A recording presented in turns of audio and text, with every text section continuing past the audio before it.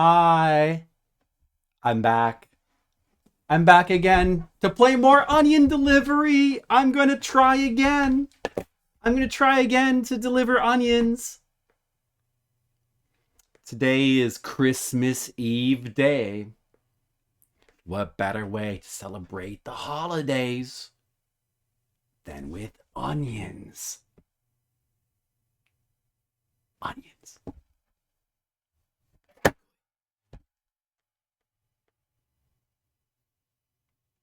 Let's deliver some onions. I'm ready. Gizmo, are you ready to deliver onions? Yeah, you look ready. Onions. Onions. I'm going to deliver some onions right now. Onions.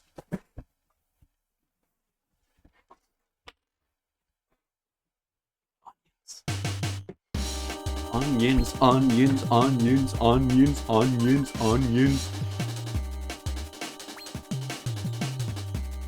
Onions? Onions, onions, onions, onions, onions. Delivery. Onion. Red Mages, you got me a Christmas gift. A box of onions!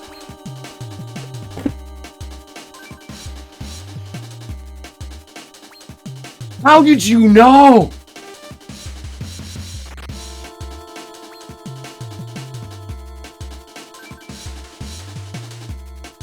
Onions, onions, onions, onions, onions. Only DGL, you're gonna cry. Me too. From happiness. Onions, onions, onions, onions, onions, onions. Well, it seems like everybody's ready for onions. I'm sensing a lot of onion readiness in the chat. Just mash the buttons. No, that's the wrong game. Onions, onions. Get me to the onions immediately. Onions, onions, onions, onions, onions, onions, onions, onions, onions. Get me in the game. Onions. Yes. I'm delivering the onions right now. I'm doing it right now. No, I'm just very excited to deliver onions. DGL. I mean, can you blame me? I'm delivering onions. Red Mages, how? Hey, happy Christmas Eve. I wish you and your family a lot of onions today. I hope you get all the onions that you want and more.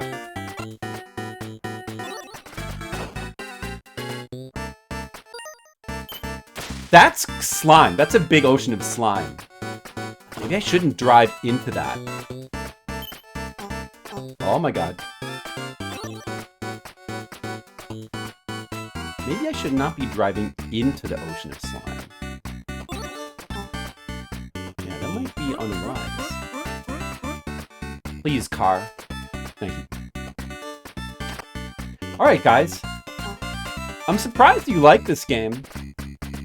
But I mean, I don't know. It seems like people like to watch it. I'm surprised people like to... I guess it's pretty exciting because of the high possibility of death. But yeah, I mean, people seem to like to watch this game. I like to play it. I just, despite the fact that, every run is like a new endeavor into like hopelessness, but I still like to play it anyway. I mean, hey, that's just like all the other roguelikes. Alright. Good first day. Going on. True, there's a lot to watch. Red Mages like it when I die and make the funny noises. I'll try to, I'll try not to be too zen for Red Mages. Red Mages doesn't like it when I'm like all zen and just simply like, playing, just focusing on playing and not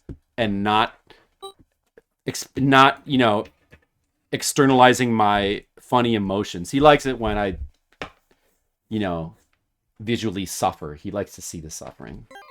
I should try to suffer more for Red Mages. Alright, we're doing the rain on day 2, I like. Okay, down here and like that. I think I can go straight across here. Oh yeah. That's good. Now we're going down. This is across the slime pit. Okay. Yeah, that's the thing that's the problem here. I don't know if this is good. Oh, it's... Oh, yes, this one, okay. Okay, now this is across... Let me just think for a second. This is across the slime pit. I can't just drive straight over there, can I? Like, it's right... See? Okay, let's try going up, around, and then back down. I don't remember exactly what this is. Oh, yeah, I do. I remember now. I remember. So it's just right down here like this. Oh, I keep forgetting to... I should be going straight down there. Oh, no, I guess you can't. Okay, no, this hopefully is the one that's right over here. It's not. Oh, God. No, it's further out. Recover, recover, recover, recover, recover. And it's... Okay! Now. From here, I don't do... I'm pretty far away from the beginning. Let's try to... I mean, it's looking good. I should not fail this one. The glitchy textures. It's like... It's funny because I have no clue what you're even talking about with glitchy textures. First of all, I always find it funny. I mean, you know, not to single you out or like nitpick. I always find it funny when people use 3D terminology for 2D games, which is so popular now. Oh, the frames per second of this 2D game. The what is the other thing? They use the camera textures as well. But I mean, like, you know, like 2D games don't have textures. They have sprites and tiles, you know. It's going to be a cherry run right here. Truexus, what's up? It's funny to me. Okay. Oh, that's right. You can... Oh, dude. Extra credit that I don't need. Great. Okay. From here, back up. And we still have plenty of time. Don't... Just relax. Oh, I know exactly where I am. We're going to go around... Wait, I don't have that much time, actually. No, no, no! Shit! The wrong way. Just go straight up here. And then left, and we should be good. Right? Yeah. Okay, we're fine, because we were pretty close anyway. Really random sigils popping up. Yeah, like you're not the first person to say that. I don't know what you're talking about with the rain and it looking glitchy. I'll have to try to pay more attention to that because I've not like I don't know. I'm not really paying attention. There's rain graphics. But I don't know. I'm not sure what you mean. You're not crazy? I don't know. Maybe you might be crazy. Like, we're all a little crazy, right? We're all a little crazy. I don't know. You might be crazy. I might be crazy. Who knows who's crazy? We're probably all a little crazy.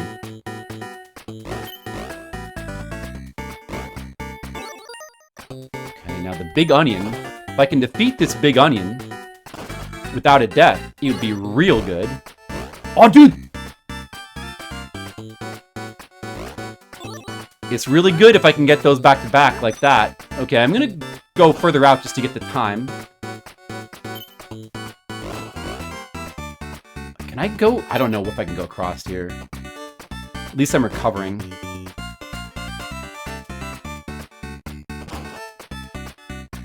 Oh, it's this one.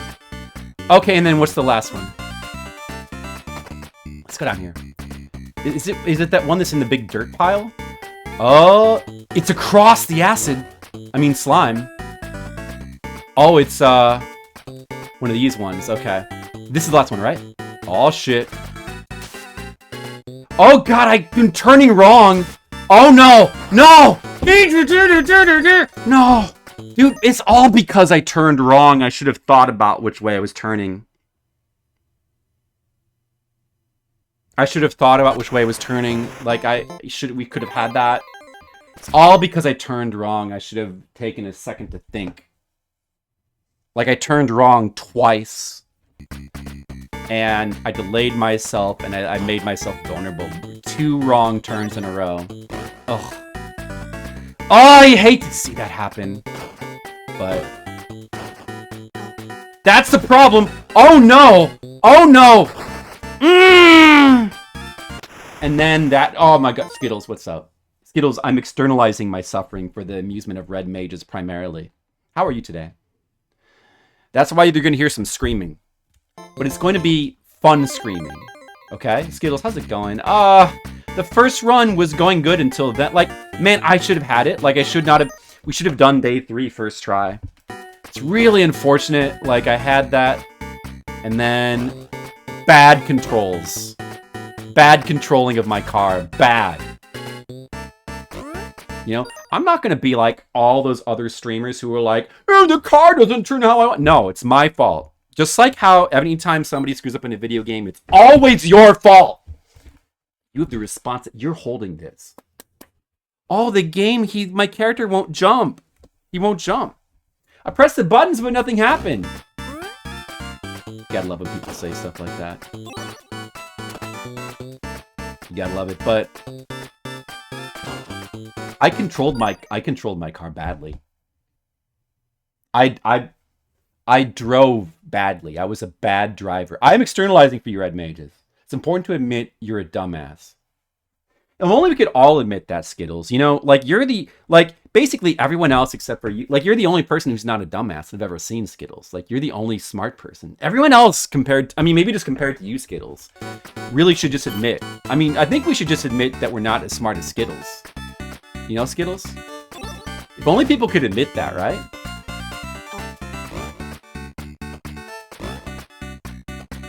No. Don't go that way because I have to go down and around. It's in the parking lot. You gotta go down and around here.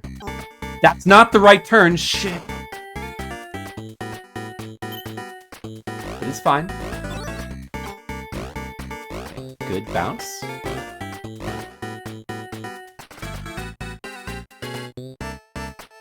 What is this? Oh, it's the same. Okay, that was a good day 3. That was pretty easy deliveries there. And we got this wrapped up. And the last one was even, like, close to home. Well, they gave me easy day 3 there, but man, I should have had that the first time. 2 lives wasted because of this bad driving. The key to looking smart is not playing games that will surely reveal my dumbassness. Oh, Skittles. And of course, you know, those games don't exist because, Skittles, you're basically like a genius. Like, those games don't exist, so you don't have to worry about it. For the rest of us, though, that's good advice, Skittles. Thank you. You can taste the rainbow. Yes. I love rainbows. Alright. Good. So far, so good. Easy enough. Alright, this isn't... Shit! That's okay, recover. That's okay, recover. Get the health back? Okay, just get that real quick. Let's see. I think there's a jump here. You know what? Let's just... I should take a little... We should take little pauses for brain... Like, my brain needs to load information sometimes. We should take little pauses. Now, I'm pretty sure there's a jump here. I should be lined correctly. Yes. See, now that's good. Perfect. My brain just needed that. Okay, this is bad. I need to recover. No! I could have... Shit, I didn't want to turn there. I could have recovered. Okay. This is bad. We have 1 life left. And 4 days left. Is there any hope at all, Red Mages? Is there any hope? And these lives were thrown... Like, I shouldn't have... They were thrown away. And they were not even hard runs. They were just thrown away. I don't have any excuse. But maybe we don't need them because of the amazing play that's about to happen. Maybe we don't need those lives. Perhaps we just don't need them. Yeah. Watch this, guys. I'm going to show you the real gaming right now.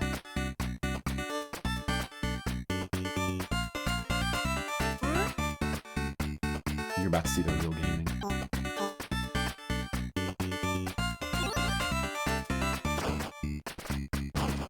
Get over. Okay, good.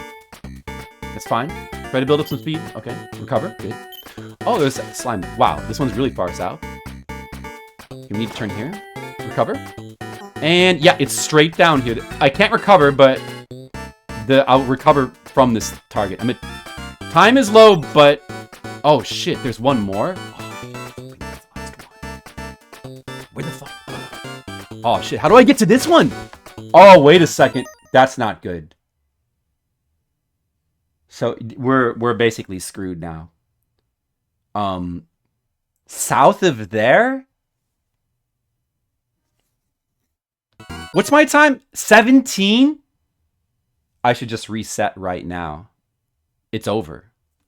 This is a completely hopeless situation. Well, maybe not? Where the fuck is this one? Man, nah, see, it's hopeless. I didn't have the time. Oh, no, dude! Oh, shit, it was in the left. Oh, I almost did. I almost got it. Wow. I mean, I guess it wasn't hopeless, but I'm surprised I actually got to it, but then I turned the wrong way. I do, like, from that spot to go, like, south somewhere, like, that's always, like, really... There's a lot of spots there that are walled. There's a lot of spots in there that are walled in that area in, like, the bottom of the map. That's tough. Well, it's not a bad first run. Let's do another. This is run number 2. All right, Red Mages, this is run number 2, okay? Let's see how this one goes. This one might be really good. There's hope. Red Mages, every run, every fresh new run is fresh with new hope.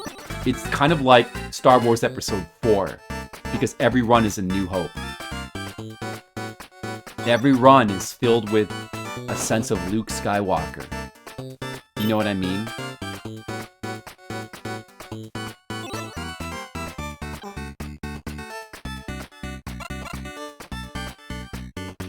Okay, you gotta go down here, then...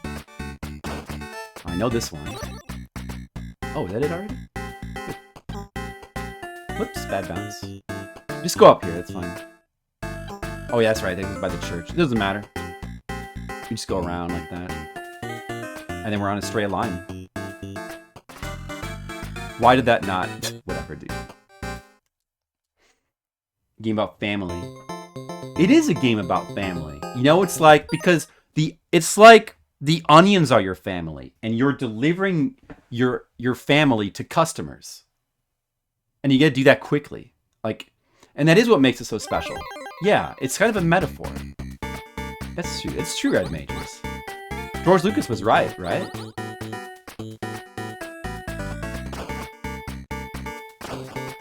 that's pretty bad. But we'll get the health back there. So it's fine. Okay, we're gonna cross up here. Let's see. What was this one again? Oh, it's more to the right? Oh, it's this one. We're going all the way across the map. Now we're going down.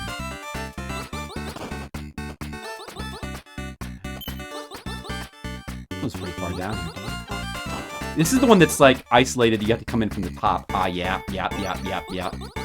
And then what? It's over here now?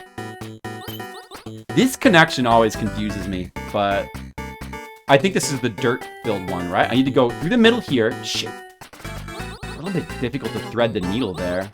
Oh, I fucking bounced off again. You see how much time that wastes? God damn.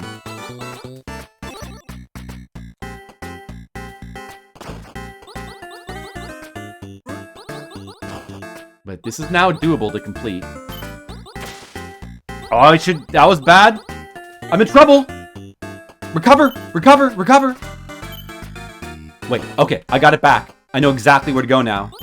Just don't crash. Okay. Got it, I got this. I should have this. Because luckily so like that path there going up from those 2 delivery points, where you cross the slime there, then you take a left turn and another immediate right, and then you're on a perfect line up to the home point. So like once you know that, it's really easy to return from those spots. If I were further south, it'd be much more confusing, but you know. All right, so that was a good day 2. We do no deaths, right? All right, we're on day 3, no deaths. We got another good run, but last time day 3 screwed me up pretty bad. Let's see what happens here. Garlic Brothers. That could have went worse. Not bad. Now we gotta go south? Hate that. Oh, this is this one. More south? Shit. When it sends me in directions like... Uh-oh. Wait. Okay, I know this one. More south. I hate all this... Oh, shit. Okay, I just went into hurtling into that trap there. Do I want to try to cross? Wait, where's it going to put me back? Here? Okay. Do I want to try to cross that jump there? It's a little tricky, but I could get extra time and be headed in the right direction. I think I need to go for it here. Yeah, okay. Good. Now, I think there should be a bridge here somewhere. And hopefully it sends me right to where I need to be. Oh, I went the wrong way, but I can... Oh shit, I really went the wrong way. Oh my god. Oh, well, actually, that worked out okay because I get the extra time. Now from here, go around like in a spiral, go south here. We need to cut through this dirt. Take this road, and just go south, and then we can turn at our leisure. There, easy. Good, done, okay. I'm getting, like, the map. I know the map much better. Oh, dude, another heart. We're getting, okay, so that's the Garlic Brothers. I forget what was day 2. Now we have the Giant Onion, which is another one we would certainly like to beat first try. Day 4. Okay. Still on a no death run in day 4, so it's going good. It's going good. Big Fat Onion. Big Fat Onion is not the worst. You know, honestly, I think the rain might be the worst. The rain and the slime sewers are both much worse than you initially think they're gonna be. Where like this one, like the Big Fat Onion chasing you. Now it's pretty bad. It's definitely worse than the Garlic Brothers, because the Big Fat Onion ends up. The problem is it can easily, like, if you get stuck in a wall, it just bashes you until you're dead. And like, even as you're like as you're trying to recover, as you're trying to like get out of the, if you like get stuck in a corner, it's always going to get at least one free hit, if not more. The Big Fat, whereas the Garlic Brothers don't seem to be able to they're not quite as tenacious at pursuing you, I feel like. And the UFO is as well. Like, you'd think that they would be worse, but even though they're kind of always hounding you, they don't seem to stack up damage on you as fast. I don't know. They're not too bad. Like, UFOs and Garlic Brothers, not too bad. Fat Onion is pretty bad. I feel like the rain's a little bit worse. And maybe the slime sewers as well, I don't know, is about the same. But Fat Onion can be troublesome. It can be very troublesome. On the other hand, though, as long as you keep driving at a normal pace, you can be unaffected by this Big Fat Onion. As long as you can keep going, you can be totally unaffected. Unlike with the rain. See, this is the shit. I'm dead. Ah. It's like I've got to somehow avoid it there, but then I got to worry about the other traffic as well. Damn. As long as I can just keep going forward, but like the minute you like bounce and lose your momentum, it's really bad. As long as you can keep your momentum, the Big Onion is no problem. But like, that's easier said than done in this game, especially. See right there. You need to recover quickly. You need to brain recover. You need to like immediately realize like where you need to go next. And like, you cannot hesitate with the Big Fat Onion. You cannot hesitate. That Big Fat Onion will capitalize on your weakness.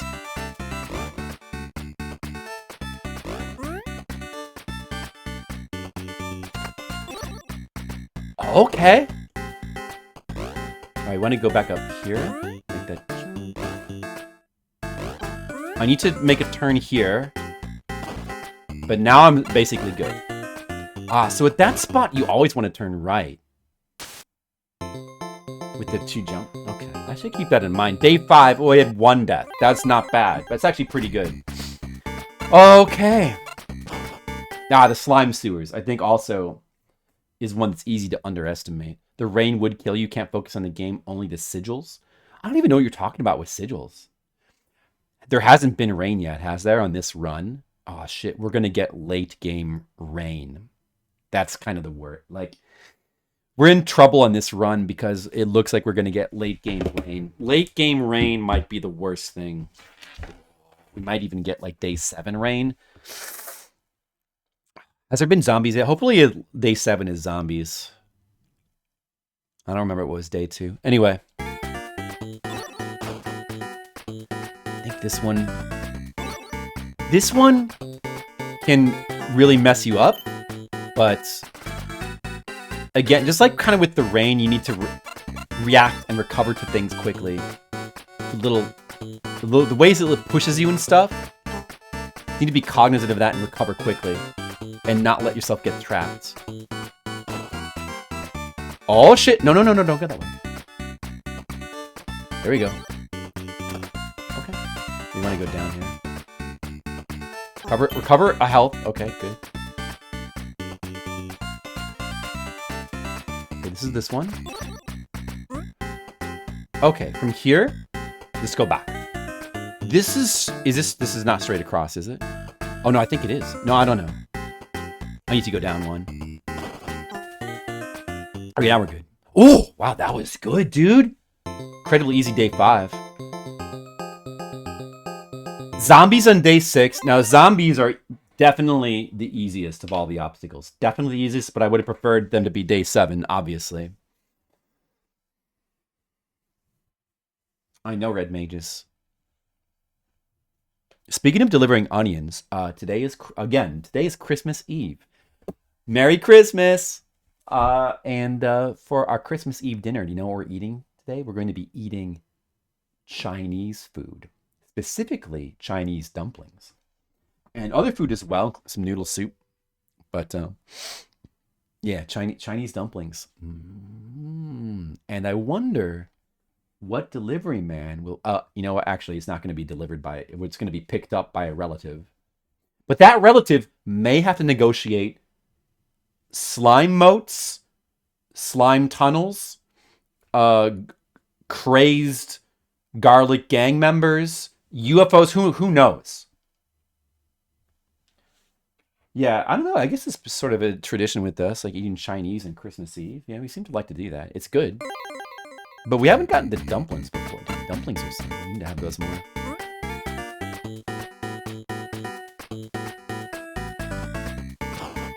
Whoa. Okay, now allow me to focus here because I'm now on day 6 and this is a good run.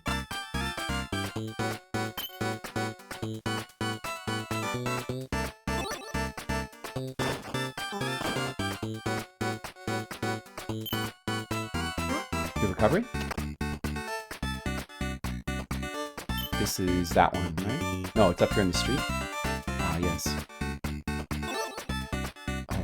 I want to take this jump. Please don't miss the jump. Okay. Oh, it's not in here. Oh, shit. Recover, dude. The zombies are stopping my recovery. No. Don't. Just recover. Recover. I need to go north here somewhere. Oh, shit. I should have taken it. Dude, I'd love to take that jump. Nah, forget it. It's not worth going back to. Ah, it's this one. No. No! Oh, shit! It's alive. No! Oh!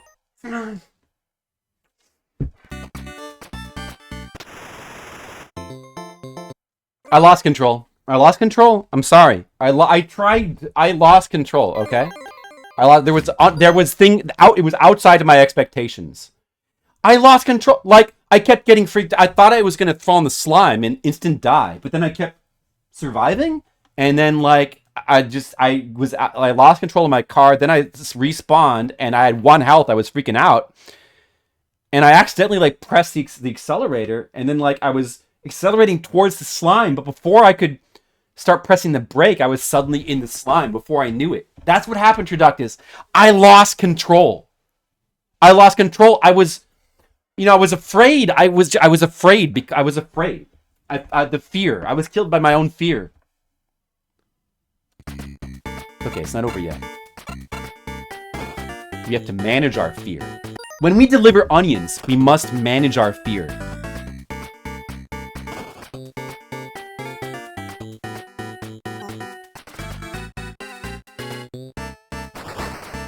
Oh my god. I didn't realize I was... I mean, it's just, you know... I didn't realize it was low health, and I, like, didn't realize I was turning into a parking lot. Just, again, like, a series of mistakes. I can't help it. I made mistakes, okay? I'm sorry. I'm trying not to make mistakes, but I just am making them. Maybe we can stop now. I'm gonna try to focus, but I can't promise anything. There's no guarantees in onion delivery.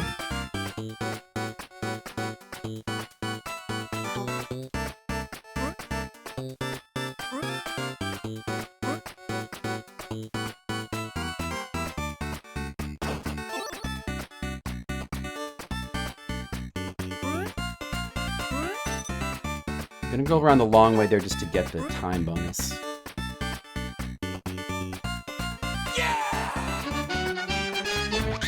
This fucking one. I went the wrong way again. Totally DGL subscribed. Totally GGL, thanks for the subscription. I appreciate it. Sorry, I'm a little distracted right now, but I appreciate the subscription.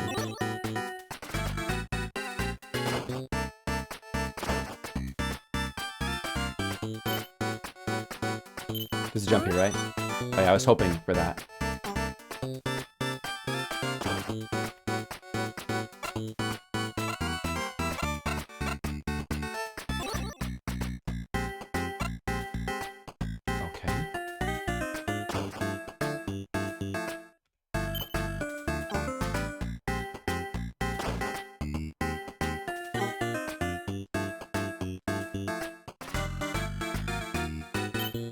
Now I know where I am. Now I know where I am.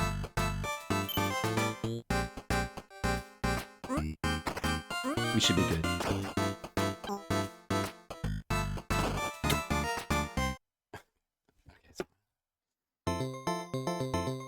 Day 7. It's as I feared, it's rain on day 7, so that's probably the worst possible day 7 we could have. I don't know. I lost some lives, right? I don't know how many lives I have left. I have no clue. Thanks again for the subscription, DGL. Yeah, it does. Yeah, may as well. Doable. It's always doable, but like this has to be the worst possible day 7. 2. That sounds about right. But I should treat it as though I have 1. But I mean, you know, like, I'm going to do my best, but, like, I can't help it. Regardless of whether I focus or panic or whatever. Many things could happen which are out of my control. Rain is just tough. Like, time is going to be a big issue. And since it's day 7, there's space the furthest apart. So this is just going to be high. This might not. It's doable in theory, but it's not likely. We're probably not going to win. So just don't get your hopes up. We'll be playing this another 3 or 4 hours at least.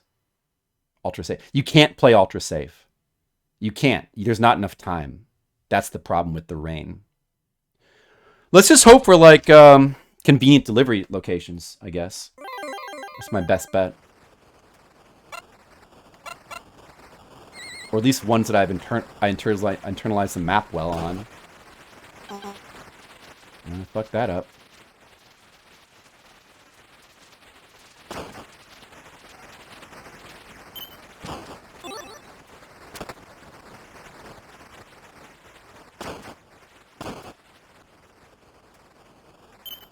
Oh, this is good. That's pretty convenient. I'd love to get this. Yes! I'm lined up! It actually seemed like pretty decent spots. I didn't handle that well. Let me just... No. I got this.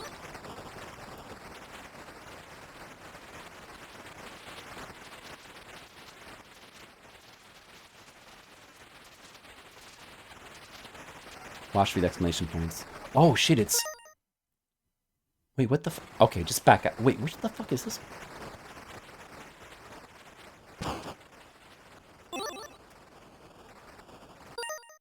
Just let me think for a second. Right. I need to the right.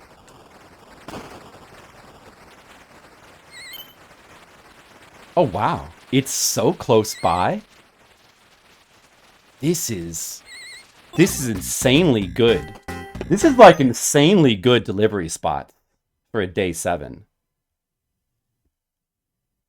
This is like, these are insanely good, easy delivery spots. It didn't make me go into the slime area at all.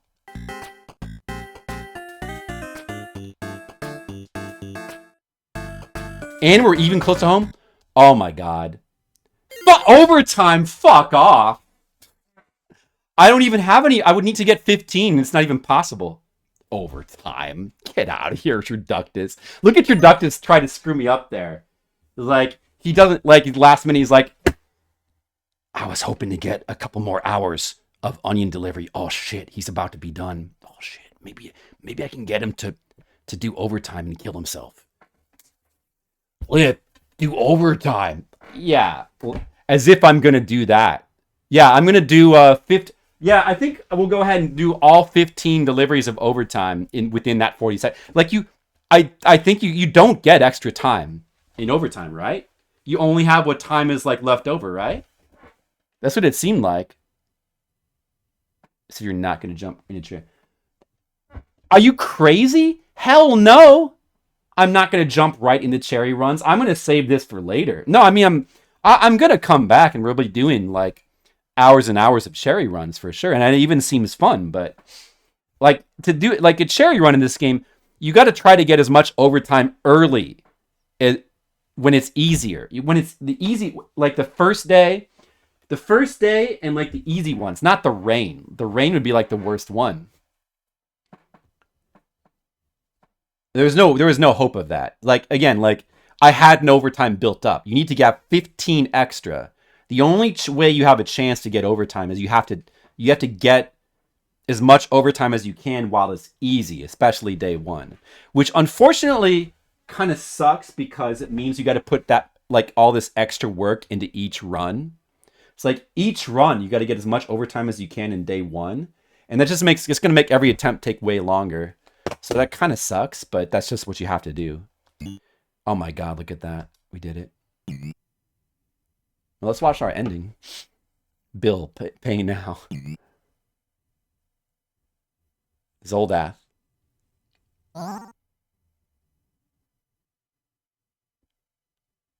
If only he had done overtime, he wouldn't have had to choose between his bills and the vacation he wanted. If only he had done overtime, he should have done overtime. This is a moral. This is a lesson for us. We just learned a valuable lesson. Wow. I'm gutted.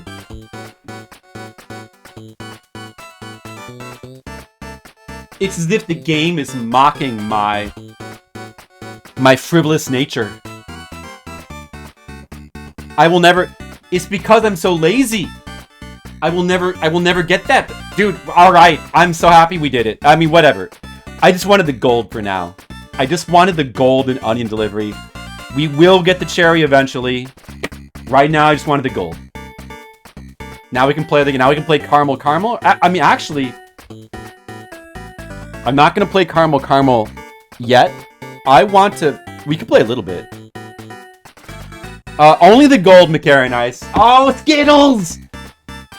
Oh, Party House. I gotta finish caramel first.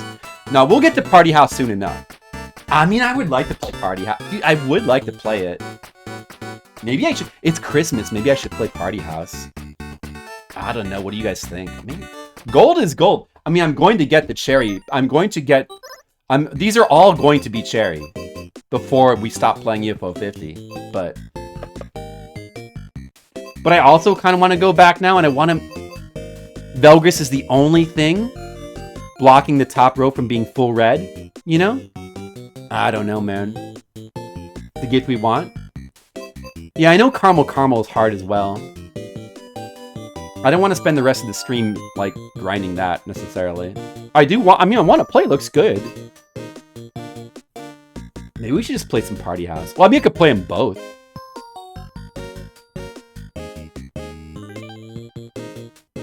Look at all these cherries, though. Like, it's going pretty good. Macaronice, happy holidays to you. Macaronice. I hope your Christmas Eve's going good. We're going to be having Chinese food for Christmas Eve dinner. I'm looking forward to it. What are you guys all eating for Christmas Eve dinner? Donna in the Philippines, who's already had Christmas Eve happen earlier today, had a whole ton of meat on a table full of meat. Pretty good. You'd love that? Yeah, I mean, me too. Chinese food that focus on dumplings. Yeah, I mean, listen, maybe we've earned it. Like, I can go a little bit out of order. Tell you what, I'll just play a little bit of caramel. No. You know what? The people want to see caramel. They want to see Party House.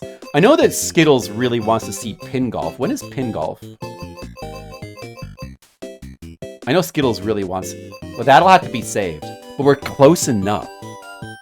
We're close enough to Party House. Alright, guys. Have you earned Party House? It is Christmas. Okay, we'll play Party House. One of the games that everybody loves. But I wonder if it could really be as good as Avianos. Like, Avianos is so good. What really is the better strategy game? I've never even watched anybody play this. I know a little bit about it from hearing people talk about it. I know that you have to, like, get the right guests to, like, there's, like, currencies you have to balance. And you have to, like, not get the cops calling you or whatever. It's troublemakers. It seems neat. You see 45. You have to wait on that, because I like going in order. Less BS than Avianos. Dude, Avianos does not have that much BS. Like, you can win every single time if you just play it right. Avianos is so good. Are you sure? Isn't there a ton of BS in this? Alien Invitation. There's 6 different things? I love best wishes. I have to beat them all. Is that the gold requirement? Okay, let's see here. Get this party started. Plus 1 pop. Old friend. Nobody's here. Alright, so what do I do? Opening Rolodex.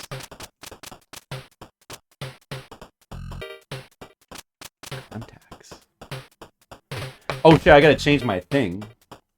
Alright guys, we're trying Party House. We finally got to one of the mega popular games. This is one of the games everybody loves.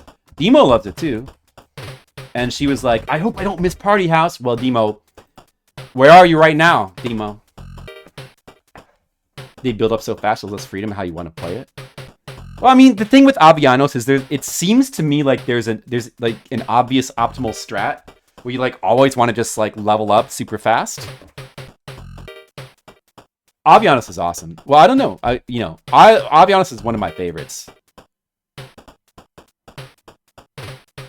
Yeah, so, oh shit.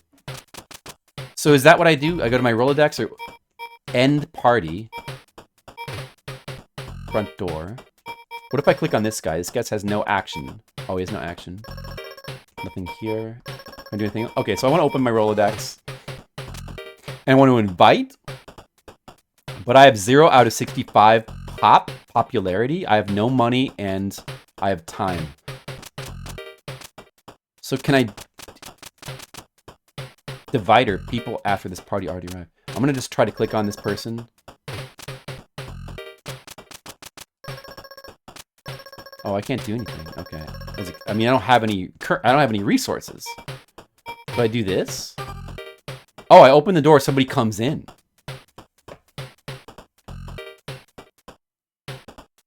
Skittles, I opened the door and a person came in. Trouble. They're trouble, but they have 2 popularity. They've got alcohol. That's trouble. You buy people with resources. I love to buy people. It's one of my favorite things. And I also like girls' clubs. You can't buy friends. You're not. You don't. That's the great thing about buying friends. You don't need to be popular. You just need to have. You just need to have resources. Okay. Party's getting out of hands. Oh, more troublemakers. But we have to keep opening the door because we have no resources, right? Oh, we just got +1 cash. Wait, can I... Wait a second. There's a cat on the roof.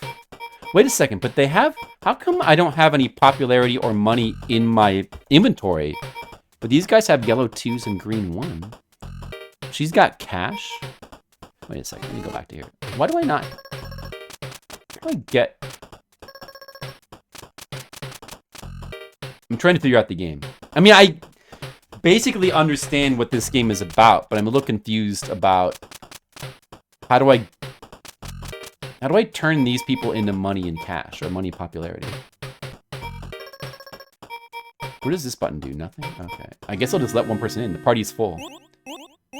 So the party is full, it's over. Oh, then that's when you get... Oh, that's when you get this...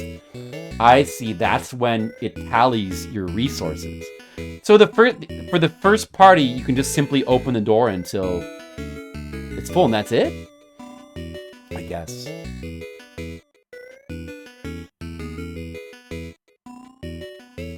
Buy more house. Buy more house would be good. You can literally hear the... Are you sure you can't figuratively hear the gears turning? Is there anybody that can figuratively hear them? If you could literally... Wait a second. No, Macaronice is right. I forgot. I installed gears. Yeah, I've got some gears. Like, right under my window, I've got these gears. Wait, listen. Can you hear it? No. Macaronice is... Oh, no, you're hearing the gears I installed. Yeah, I installed gears into my room. They help to power my... They help to give me power. Yeah, so that's true. You build up these people. Alright, dude, let's see. How do I get an alien? So I can just party planning. So I can plan my party, I can just get people. Monkey is trouble, but he's +4 pop. Hippie. Cancel 1 trouble. You can cancel 1 trouble. So, get 4 stars in a single party to win. A barrel of monkeys? That is considered a spoiler, Traductus. I'm going to have to ban you now. Okay, so I'll get a hippie.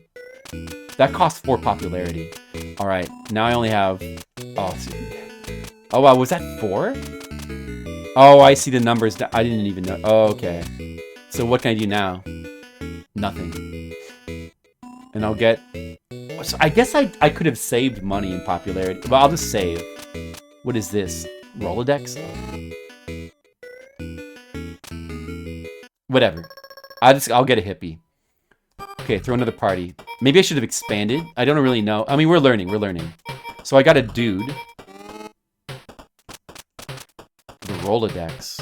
I could get these people now. Oh, if you get them from the Rolodex, they're cheaper than if you do them for party planning. So I could spend 1 cash to get 1 Wait, oh no, wait a second. These numbers are what they're gonna give you, not what they cost.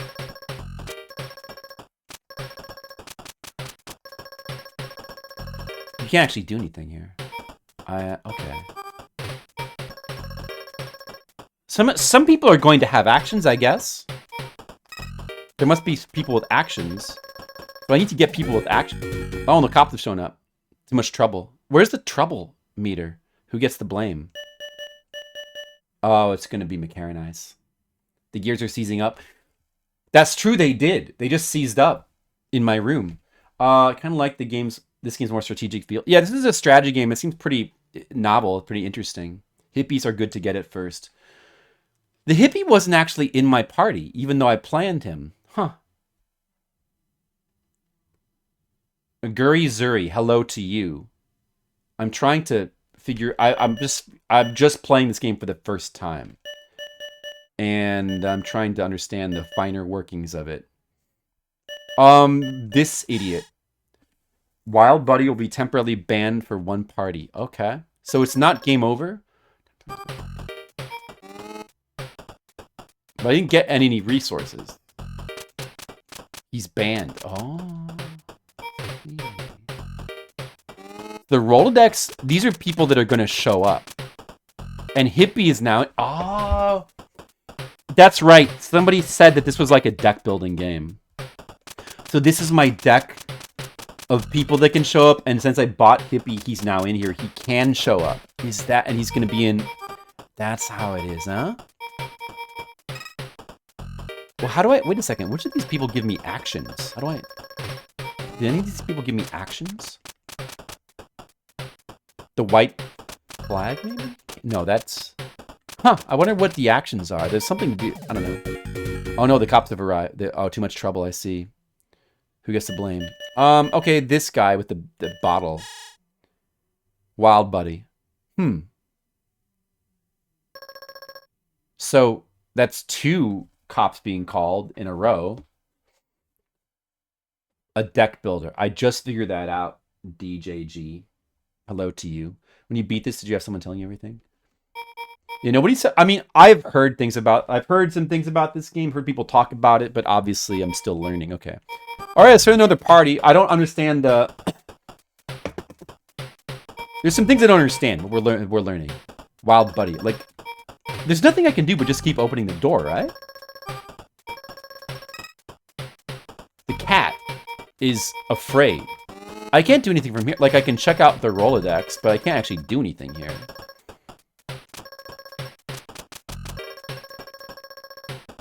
Throw it. Oh, man. We got too much trouble. We can't throw a successful party. So I wonder when there's going to be a game over. Yeah, there's hippies. There's hippies here, red mages. That's 3 cops being called. Obviously, it's bad because we then don't get the resources. There must be a limit to how many times you can get cops. Guys, nobody better... Listen, let me just say this. It's probably better if you don't tell me anything. I already know too much as it is. I know too... Just let me figure it out. Like, I'm sure it's not that hard to figure out. And I definitely don't need your help, okay? So just don't worry about it. We're figuring it out. I see you guys wanting to say things like, oh, you gotta... Listen, you need to know the hippie strategy. If you... Listen, man, if you do the hippie alien strategy... Oh, man, Flipsider, I got all the hot tips for you, man. You gotta... Don't be like that, okay? Settle down. I can sense it. Okay, okay, we got a party. I got some stuff. I got money. I got popularity. Now I can plan. All right. So we got to think about what is the optimal thing to spend our resources on. Only having 1 cash. The cash. These things all cost popularity, not cash. What is the cash for then? You know what the cash is? This guy's got a red one. What does that mean? -1 cash. Oh. Interesting. But he gives you 4 popularity, though. No hot tips, red mages. Wow, Macaronites, you're so clever. Disregard hippie, purchase monkeys. Monkey. I like monkey. Yeah. He's trouble, but he's bored. I mean, I do want monkeys. I do want monkeys. Just thematically, like, I gravitate towards monkeys. If I see a monkey, I want to get him. Especially at a party. Like, we should just choose people on the basis of who looks cool. Well, I need to see what these people all are. Ticket taker? -1 pop at +2 cash. Who's a security? Boot. Out 1 guess. Oh. Fetch specific guest. Oh. I see. But people like this are probably more useful if you know you already have really good guests. Well, I mean, I have a hippie, but boot out 1 guest. That kind of thing makes sense. I mean, what are my best options here? I could also save, right? Auctioneer +3? It And obviously I want to be saving for this kind of dude, but I need to like have more efficient parties first. What about a rock star? Trouble but 3 cash. Dude, the resources though. We can manage the trouble, but maybe we can't yet. We don't have enough trouble management. If you pair these two, it kind of makes sense though, right? I know, Macaronize. Then we have like this. More popularity, but at the cost of cash. Comedian?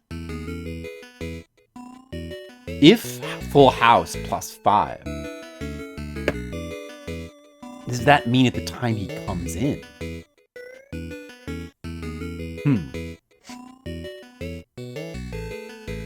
Seems tricky to manage. What's this dude? Mr. Popular?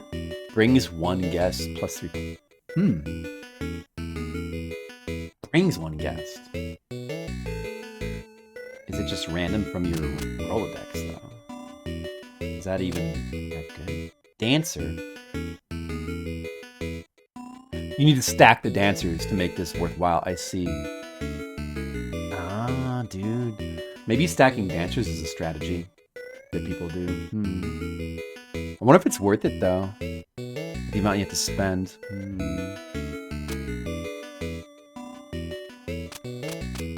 I'm thinking, right, like Rockstar. Rockstar and Monkey. That's maybe too much trouble.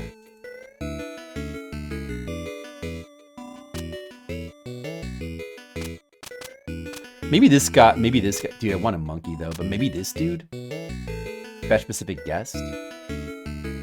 He's got cool action. Rich Pow, plus 1 cash. I mean, that's got its benefits, but maybe this dude actually for his action. Or maybe I should save in this. No, I'm gonna take this dude. I don't know.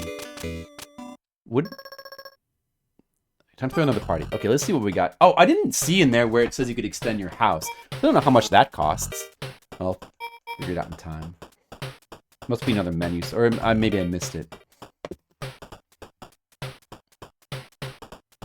Some of the wording is strange. Minor flaw. Well, that's not such a bad. That's okay. Maybe the strange wording is part of the charm. If I say I win if the vibes are good. That's a good point. Do the monkey. I do want the monkey. All right, so that. Party's getting out of hand, but there's nothing we can do about it because we had no actions. Okay, well, we failed. Who gets the blame? This idiot.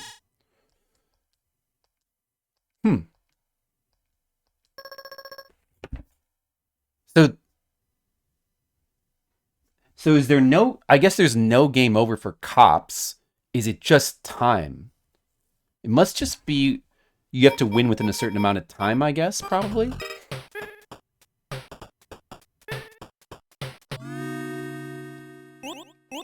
$19. Is it time just gradually going down? I'm not asking the chat. I'm just talking to myself.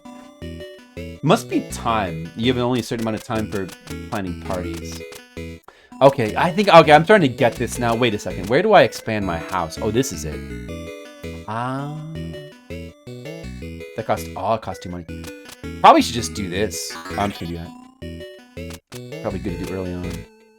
But now we have to manage our trouble better. What is this? Rolodex? That's just so we can see our Rolodex, right?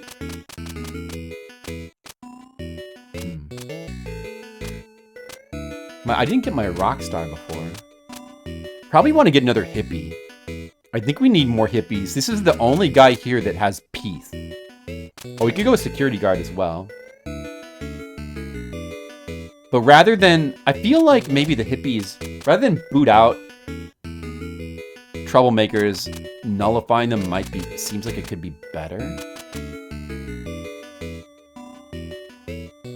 I wonder how many actions you get. Maybe if there's a limit. What does this guy do? Peek at next guest. Oh, watchdog. Interesting. You probably want to combo him with somebody. Well, maybe, you know what? I'm going to get the security guard just to sort of get a sense of how he works, I think, for right now. But I'm guessing that maybe hippies could be really good to get a bunch of early on. Could be called House Party. Bye, Felicia. This call from The Simpsons called Trouble. I don't actually. Add pop, that means permanently. I would never have thought so otherwise. When it says add pop. Oh, I don't even know what you're talking about. Oh, I now have an action. But until we have troublemakers, it's irrelevant. No, now we don't even have enough trouble. Maybe I should boot out one of these ineffectual guests. Let's spend this dude's action. I'm assuming you get to use him once per party. Let's just boot out one of these lame people to make room for more, because we have extra room to go with. But we're not gonna get good people. Where does it say add pop? I don't know what you're talking about.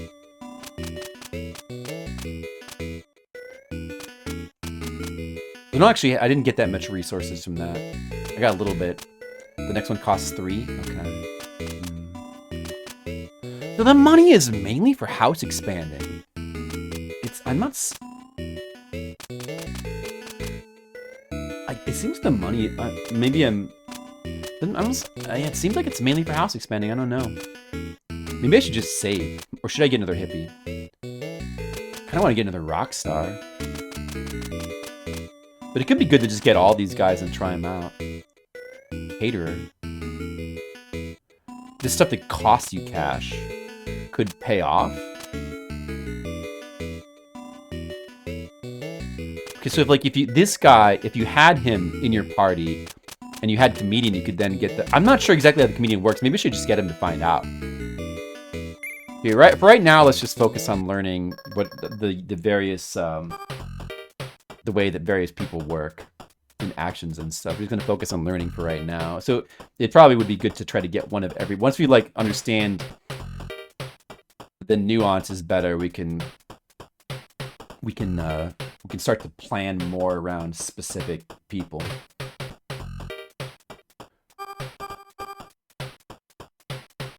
So it says their actions. That this guy, the comedian. Now wait a second. If Full House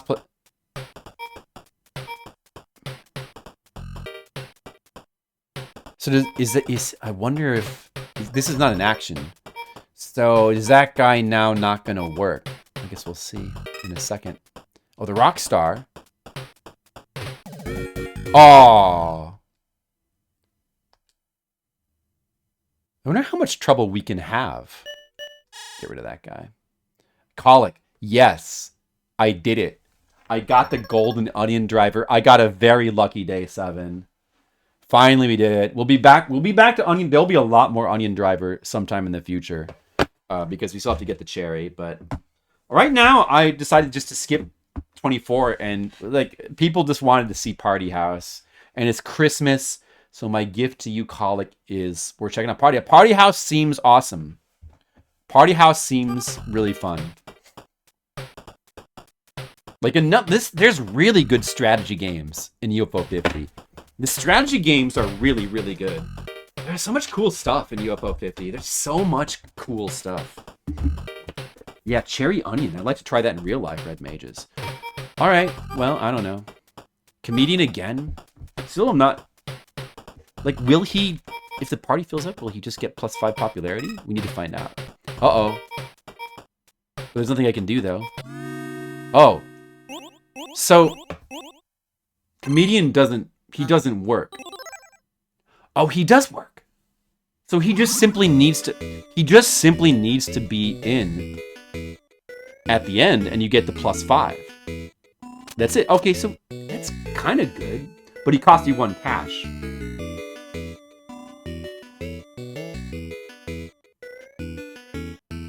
I guess you can end the party prematurely, and maybe you can still collect resources that way? Was there a way? Maybe there was a way to end the party prematurely. I do know how to play poker. You don't even like strategy games? Well, there you go. I like strategy games. Avianos is awesome. Dude, it's so good. When I first saw Avianos, I didn't even want to play it. I was like, what the fuck is this? And like, I wanted to skip it, but because UFO 50 is awesome, I was like, I'm going to give every game a chance. And it only took about 10-15 minutes to like understand it. And then like, I started loving it. Well, I really started loving it when I started to realize like a certain strategy that would be very strong. There's so many good games, like Barbuda is still one of my favorites, Magic Garden. The arcade-like ones are really good too. Barbuda, Magic Garden. The shmups seem good, I haven't got to them yet. I mean, they're just like, they're all really good. All the games are really good. You find I find Avianos easy. I actually find it easy. It's interesting that you find it crazy hard. Alright, I don't know. I'm just gonna get it. I don't have a monkey yet, so I'm just gonna get a monkey. Oh, I have 12 though. Maybe I should get this auctioneer for more money. I'm gonna get an auctioneer and a monkey. And then we'll see. Maybe I can auction my monkey off.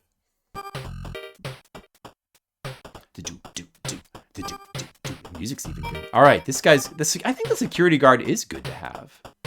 But I have yet to see if you're allowed to do more than one action per party. Maybe there's a limit to actions, I don't know. Is there? Wait a second. You can end the party. Like I see. So if you're getting too close to, if you're in the danger mode, you can end your party. I wonder if you would get the resources still. So like in this case, now I can choose whoever I want with this guy, so that's kind of good. But maybe I should kick out one of these lame people and just see who we get randomly. Oh, the auctioneer. Now let's fetch somebody. Now who do we want to fetch? Dude, the comedian? Who would be best? Rockstar, we can handle the trouble. We get 3 and 2. Would that be better than the comedian? I guess it's kind of better.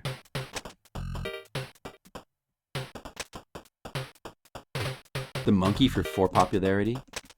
The Rockstar would be ideal here, wouldn't it? Because we can handle the trouble. Alright, now we got good parties going.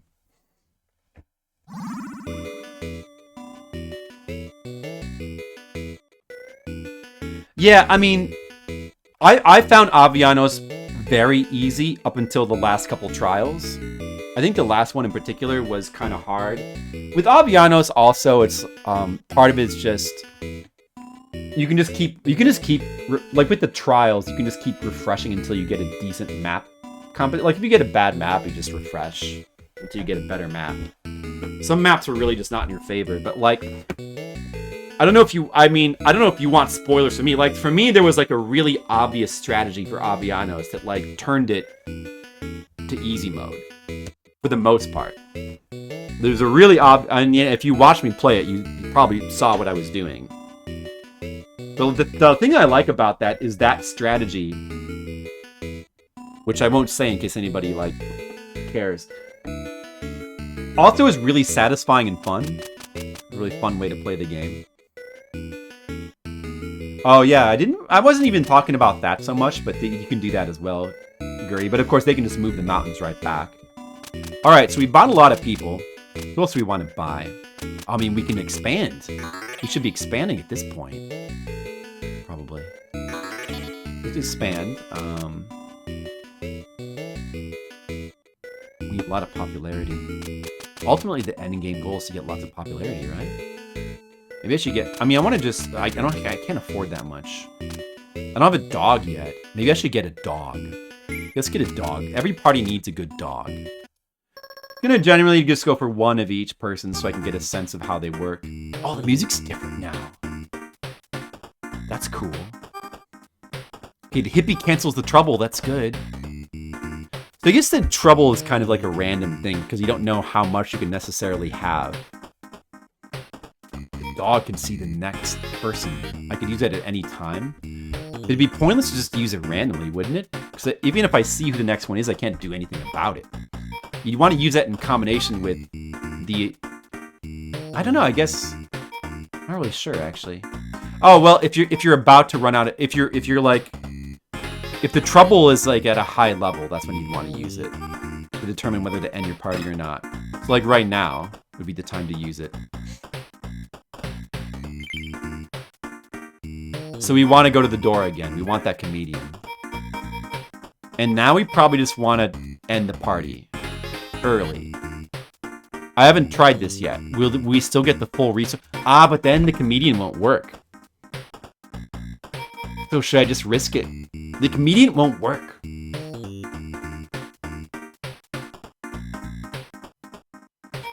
So we look at the Rolodex. We just kind of take a look at what are our chances here. There's 3 people that will kill the party.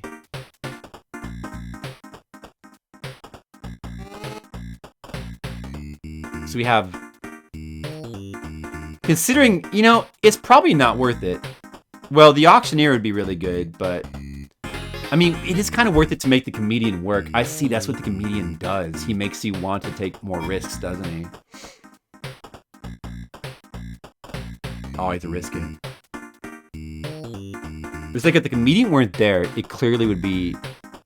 I'm gonna end the party just to check what happens, I think. We get enough resources anyway without the comedian bonus. Oh, you still pay him, though. I see. Okay, so you still get... Essentially, you get all the resources for ending the party prematurely. You just don't get the full amount. Okay, that's good. It's good to know. Good to know. All right. Maybe I should get a dancer. Let's see. I don't have... Oh, I have 10 now. Do I have an auctioneer yet? Who do I have in my Rolodex? Do I have an auctioneer? I do. I don't have a dancer yet. I could start trying to stack up dancers. That seems like a good way to go. I wonder if they... I wonder how it works. Like, the first one gives you +1. It must be like that. It's not like if you have 4 of them, they all give +16, probably. It seems like dancers are the way to get the big popularity so you can start getting aliens. So the goal is to get 4 aliens? What about this lady? Take it. At this point, I should probably just be going for, like, dancers. I feel like. Brings 1 guess. I don't even know what that means.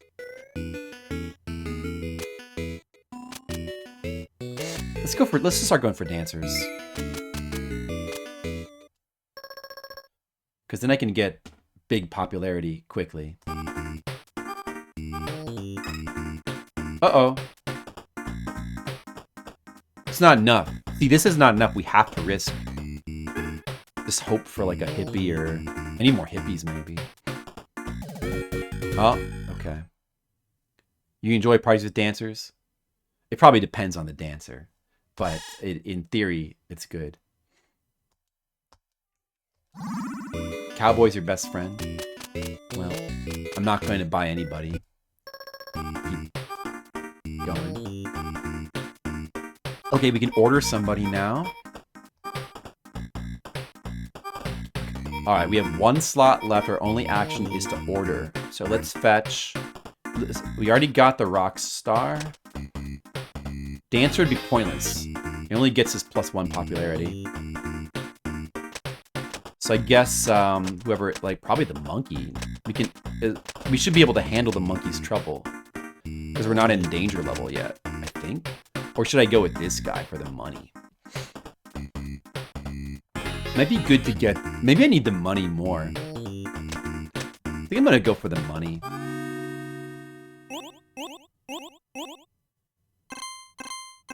Could have gone with a comedian. Oh no, comedian's already in there. Okay, so that's good. So that's good. Look, that was good resources, but we're down to 11 time. So it feels like we're not going to be winning based on the time. But I maybe should get, like, I probably could have used more hippies, it feels like.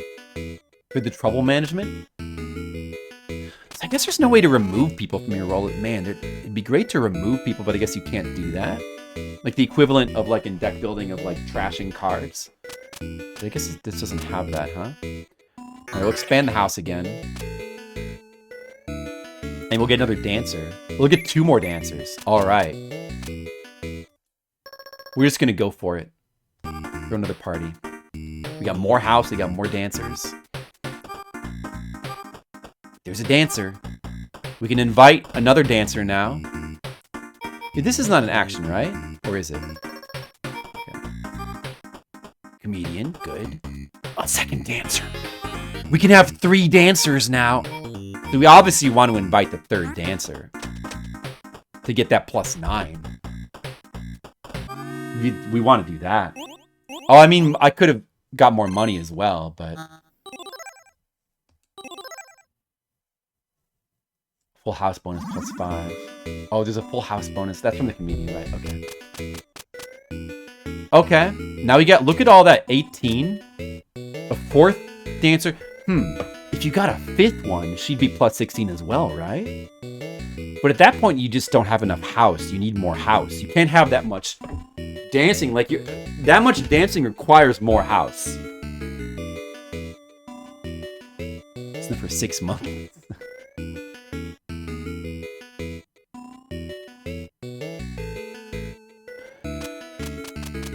I don't know, the monkeys seem not that... I feel like the rock stars are better than the monkeys, just straight up. It's better to wait to save the extra 2 resources for them. Like, as much as I want to have monkeys at my party, and like, if I were playing this game, I probably would always get 1 monkey, just because no party can be a party with... No party can be complete without a monkey. But...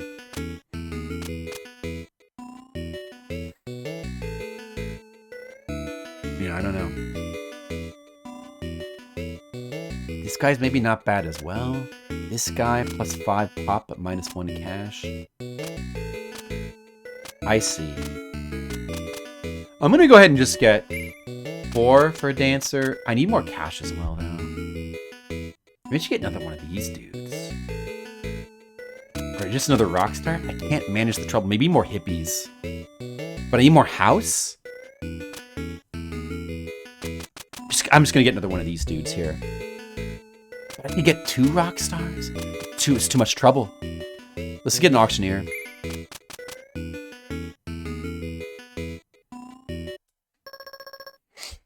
Exactly, Nice. I've been to parties without monkeys, and you know what? There's just something missing.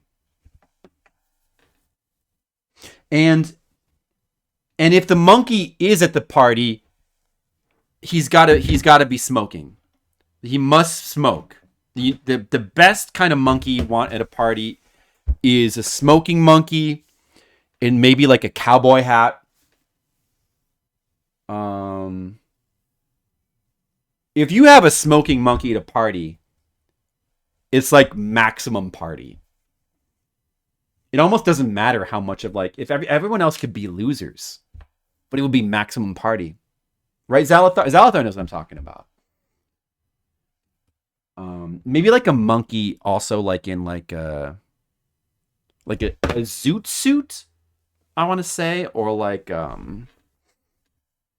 what are other good monkeys? Like, you can't have, like, not a disco outfit. That's too much. You need like the right kind of monkey. I think your monkey planning, that is its own special art form. Loaded gun monkey. Nah, see, loaded gun monkey, that's absurd. That's too much. Smoking monkey, yes. Loaded gun monkey, that's just ridiculous. That's ridiculous. And also, you can't give him an unloaded gun either, because that defeats the purpose of having the gun. It's like you just can't give a monkey a gun. Taser is no good. You probably just shouldn't give him. You shouldn't. You shouldn't give him weapons, I want to say, but the monkey already has monkeys can tear things apart. They can tear you apart, Gizmo. Monkey could tear you apart easily. He doesn't even need weapons. Like, the gun is just like is a waste of time. He could punch you. One punch Gizmo, and you'd be gone. You would just turn into dust. I don't know. You know. Maybe like a miner hat could be good. Anyway, I'm gonna get some rock stars in my party now. What is this? Too much trouble. We're gonna have to just risk it. We have to risk it. Oh, too much trouble. Okay, well, it's too bad. Who gets to blame? This idiot. Okay.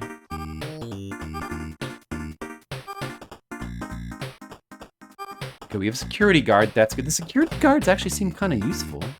But now, I can use both of these people's actions at the same time, right? I actually don't know that. We're going to find out. We're about to find out. If I get somebody bad... Oh. At this point, I should probably use the security guard to boot, like, this guy. We don't... Our party's going too well. Now, we could see who's next. And we can choose who's next. We may as well see who's next right now. It doesn't really matter that much. Let an old friend. We may as well. And then just for the last one, we pick whoever. There's no dancers. There's no point in dancers. You could go with the monkey in this case. Or the auctioneer. Maybe we need more money. But the rock star... No, we already have a rock star. Yeah, I don't know. I guess probably should keep going to auctioneers for more money. Davy Jones, Mikey... Yeah, I haven't seen that monkey show in such a long... I want to watch that again. Oh yeah, the monkeys are monstrously strong, and they would destroy... Any monkey could destroy you. They have monkey strength. The dog ability, that will be the extent of my backseat. Pay more attention. Like, I don't see what I could have done differently with him. Seeing who's coming next, how is that relevant other than just if I'm at the limit of trouble, if I'm at a trouble limit, then you would want to you could check who's next. But if I'm not at a trouble limit, what's the point of seeing who's next? Like, I have no way to shuffle them. I mean, I could have... I mean, I don't think there's anything different I could have done unless I'm missing something. So, your backseating was ineffectual, which is good. It was good. It was completely... I did not understand anything. I'm not... You see, you're trying hard. I'm not fully understanding its action. Well, I still don't know what you're talking about, which is good. Now stop it. I'll figure it out next time. All right. Whatever. Maybe I'm the one that fully understands it, and you only think you understand McCarran Ice. I'm gonna go with that. Okay. Should I get another rock star? Oh, the dancers are gone. There's only 4. Oh. At this point, I think I should save for aliens. But I'm probably not gonna win anyway. Oh, we can get more house. Let's do that. I'm just going to save for aliens. Exactly. It's big if true. Oh, what is this?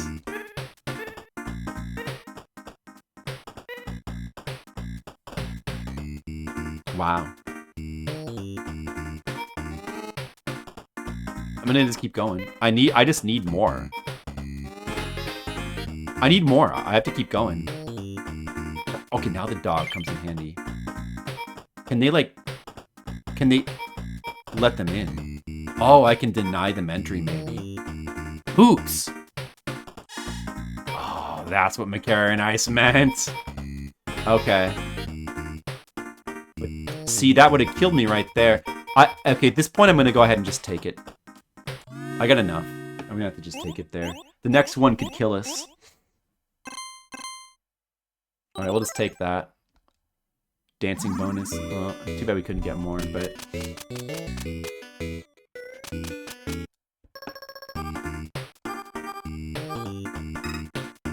Damn it, monkey! Dude, I want more. I want more!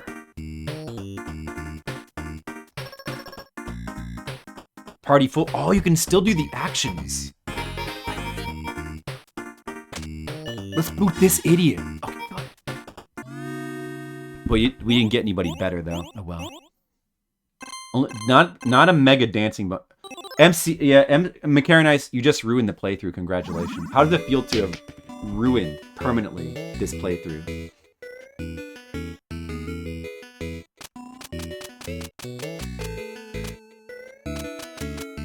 Keep going. I'm obviously not going to win, but I like this game. It's cool. I like this game. The dog. Save the dog. Save him. Okay, now I'll use him. Oh, we want him. Yeah, we'll let him in. We're gonna get more money.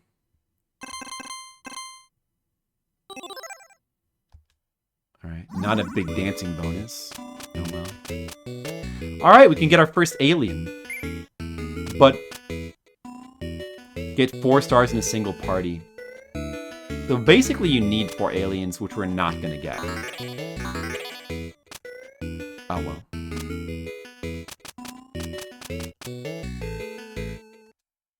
But it's okay, because this is a good first... We've learned the game. We've learned the game, and next time we're gonna be ready. Next time we're gonna be ready.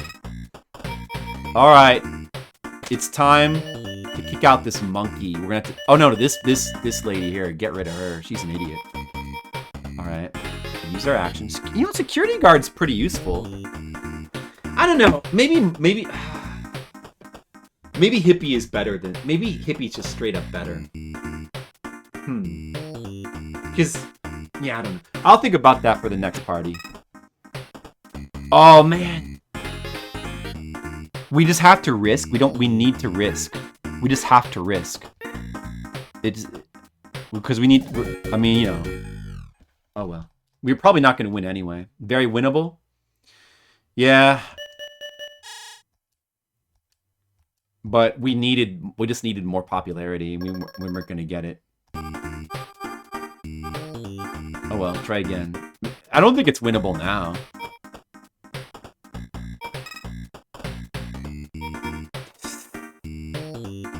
Who we need is security guard or the hippie. I guess either is fine. Oh man, the alien won't do us any good right now. We need the Who's actually better? This gives 1 popularity. Security guard lets us place them with somebody better, though. I mean, the security guard's kind of better. And now he can eliminate, but of course, if we get...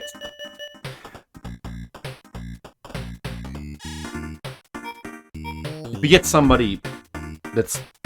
He could just be replaced with another trouble. Bribe the cops. That would be good.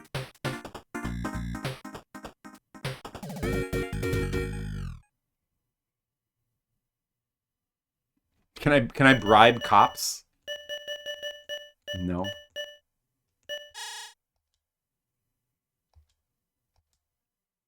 I didn't have enough time to win anyway. Like I needed to complete those parties. Even if I'd completed both of those, I probably wouldn't have been able to win, right? I don't think I would have been able to.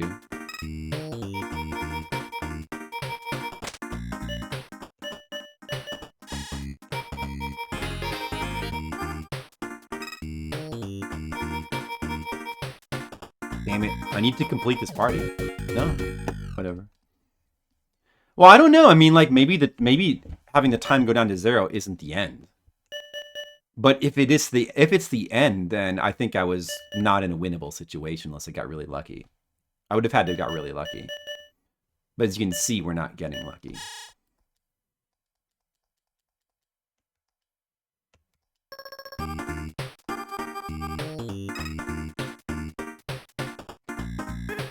Whatever. Yeah, we'll take it.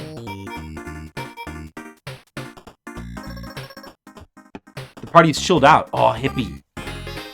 I think I do need more hippies. I don't know. Alright, the last person should be invited. It can't be a troublemaker.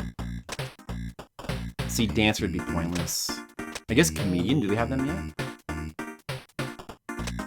Oh, the comedian's already there. Who would be good? Auctioneer. Well, it doesn't matter. It's irrelevant, right?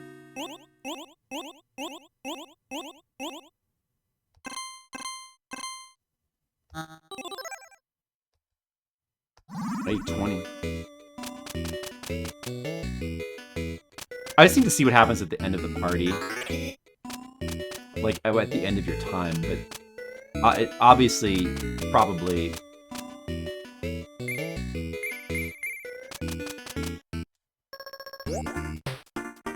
Your guest brought another friend. What does that mean? Oh, so he just automatically lets in somebody else. Okay, I guess I see what that means.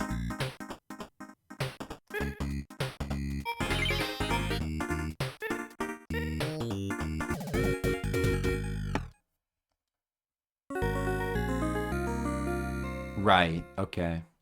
Alright, let's try the real run. Alright, that was good learning. Alien invitation. Ah, I see, because it's all about getting the alien. Oh, this one's got dragons? Well, they're different in each one. That's cool. Mermaids? Oh. Okay. I wonder what the cherry is for this game. Maybe gold is winning one of them and cherry's winning all of them? This game is pretty awesome, for sure. I can see why people like this. Have you not played this, Traductus? Alright, this is the real run now. Now we're gonna think a little bit more carefully about who to invite. And now we're gonna reset. And we're gonna keep resetting until the first party's successful. Alright, good. Just like in Avianos, if you get a bad map, just reset. Like, why would you just don't bother to play if there's a bad map? It's part of the strategy. Alright. Dalthar, what's up? How are you doing today? Merry Christmas to you. We're having Chinese food for our Christmas Eve dinner. I hope you're having something good. Whatever. Zalthar, UFO 50 is the best. It's the best damn game.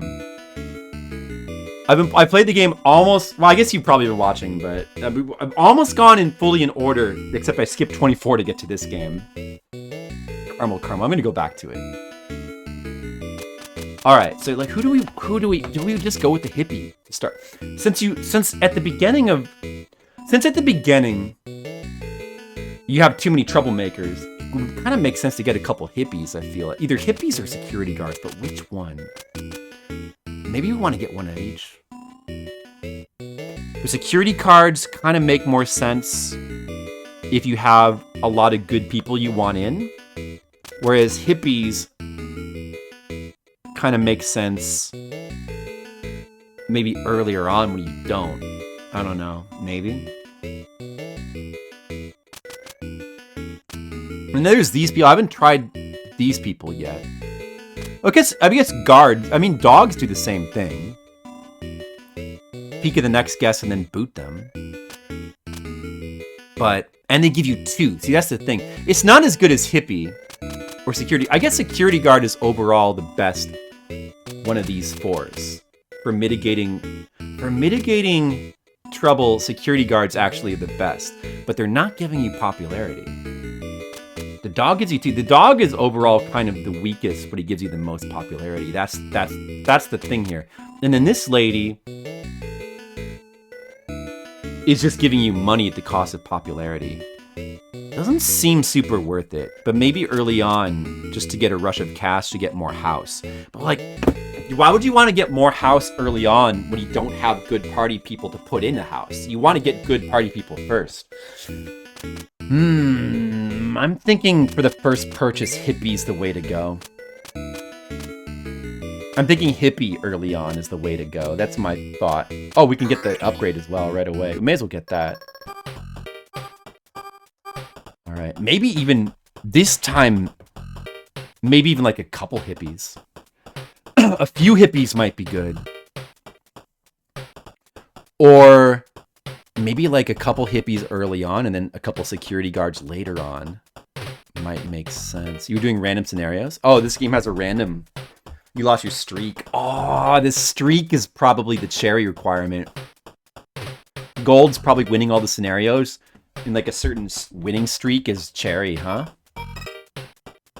So, in this situation, I probably should just take these resources, one away. There's nothing I'm gonna get that's like gonna justify this risk. We should just end the party and take the resources, rather than take the risk here. Alright, should we get another hippie off the bat? Or should we take the risk with the troublemaker? I mean, with the rock star. Maybe you kind of want to go with, like, hippie rock star, or something like that. As much as I want monkeys at the party, monkeys don't actually seem that good. They give you a lot of popularity, but they're risky. Monkeys are risky. This is a cool game, Goat Brush. I can see why people love this game. Avianos is still... I don't know, it could be my favorite. I don't know, Avianos is really good too. Such good strategy games in this package. Find all the coffee. Oh, Traductus, yeah, of course, I'm an idiot. I should have known that. Comedian as well. Comedian needs ways to mitigate risk. This guy... costs money, but we need the money right now. I don't know. Maybe these guys are not that good to get early on, since you need to expand your house. Rockstar. Do I go 2 hippies or 1 hippie, 1 rock star? I'm gonna try taking a chance on a rock star early. And then maybe we'll get another hippie or maybe a security guard. I don't know. Okay, boring party, but we get some stuff. Okay. Money, alright. Alright, dude, now maybe another hippie, or should we go see? I think it should... Security guard. I think actually maybe it's... Yeah, Avianos is so good. Like I said before, when I first saw Avianos, I was like, I didn't even want to play it. Because it just seemed overly complicated and annoying. But then when I actually tried playing it, it was so addictive. Like, once you understand it. And it's not that hard to understand, either.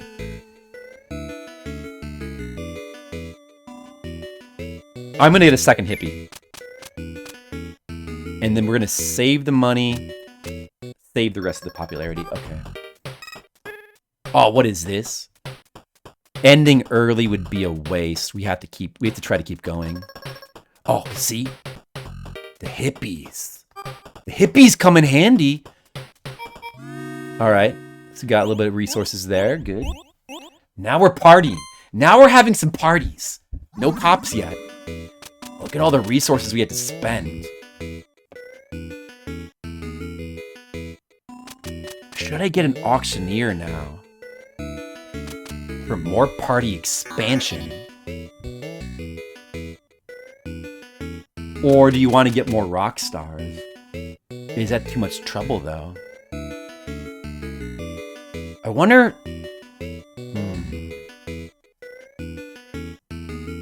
2 rock stars seems like it might be too much trouble.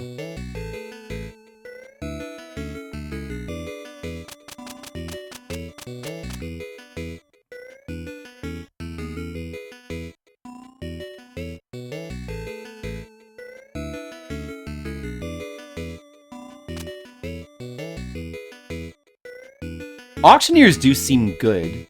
I obviously want money. Maybe we should go with an auctioneer now? Or should we go with a 3rd hippie, maybe? Or a security guard? Between these two. Maybe we'll want more safety. Party safety. Should we optimize for more party safety early on? Because later on we'll probably want these guys. Getting this money early on would be good, though.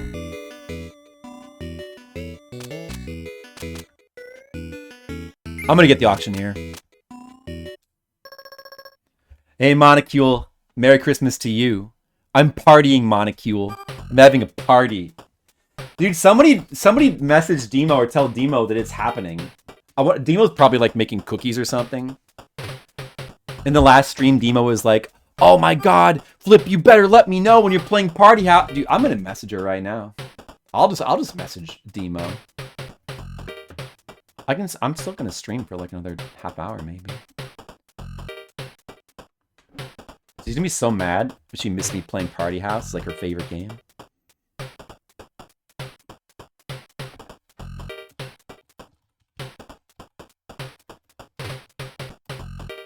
I'm playing Party House. You're invited.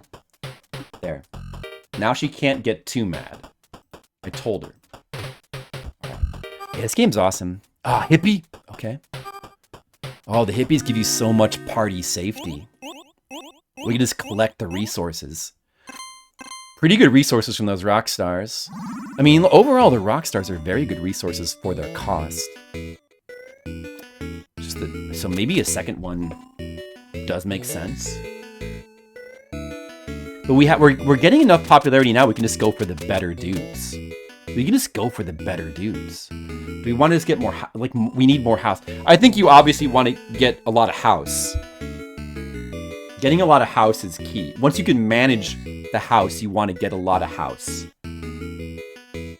So do we want to, I don't know, another rock star or another auctioneer? Auctioneers are expensive though, but are they worth it?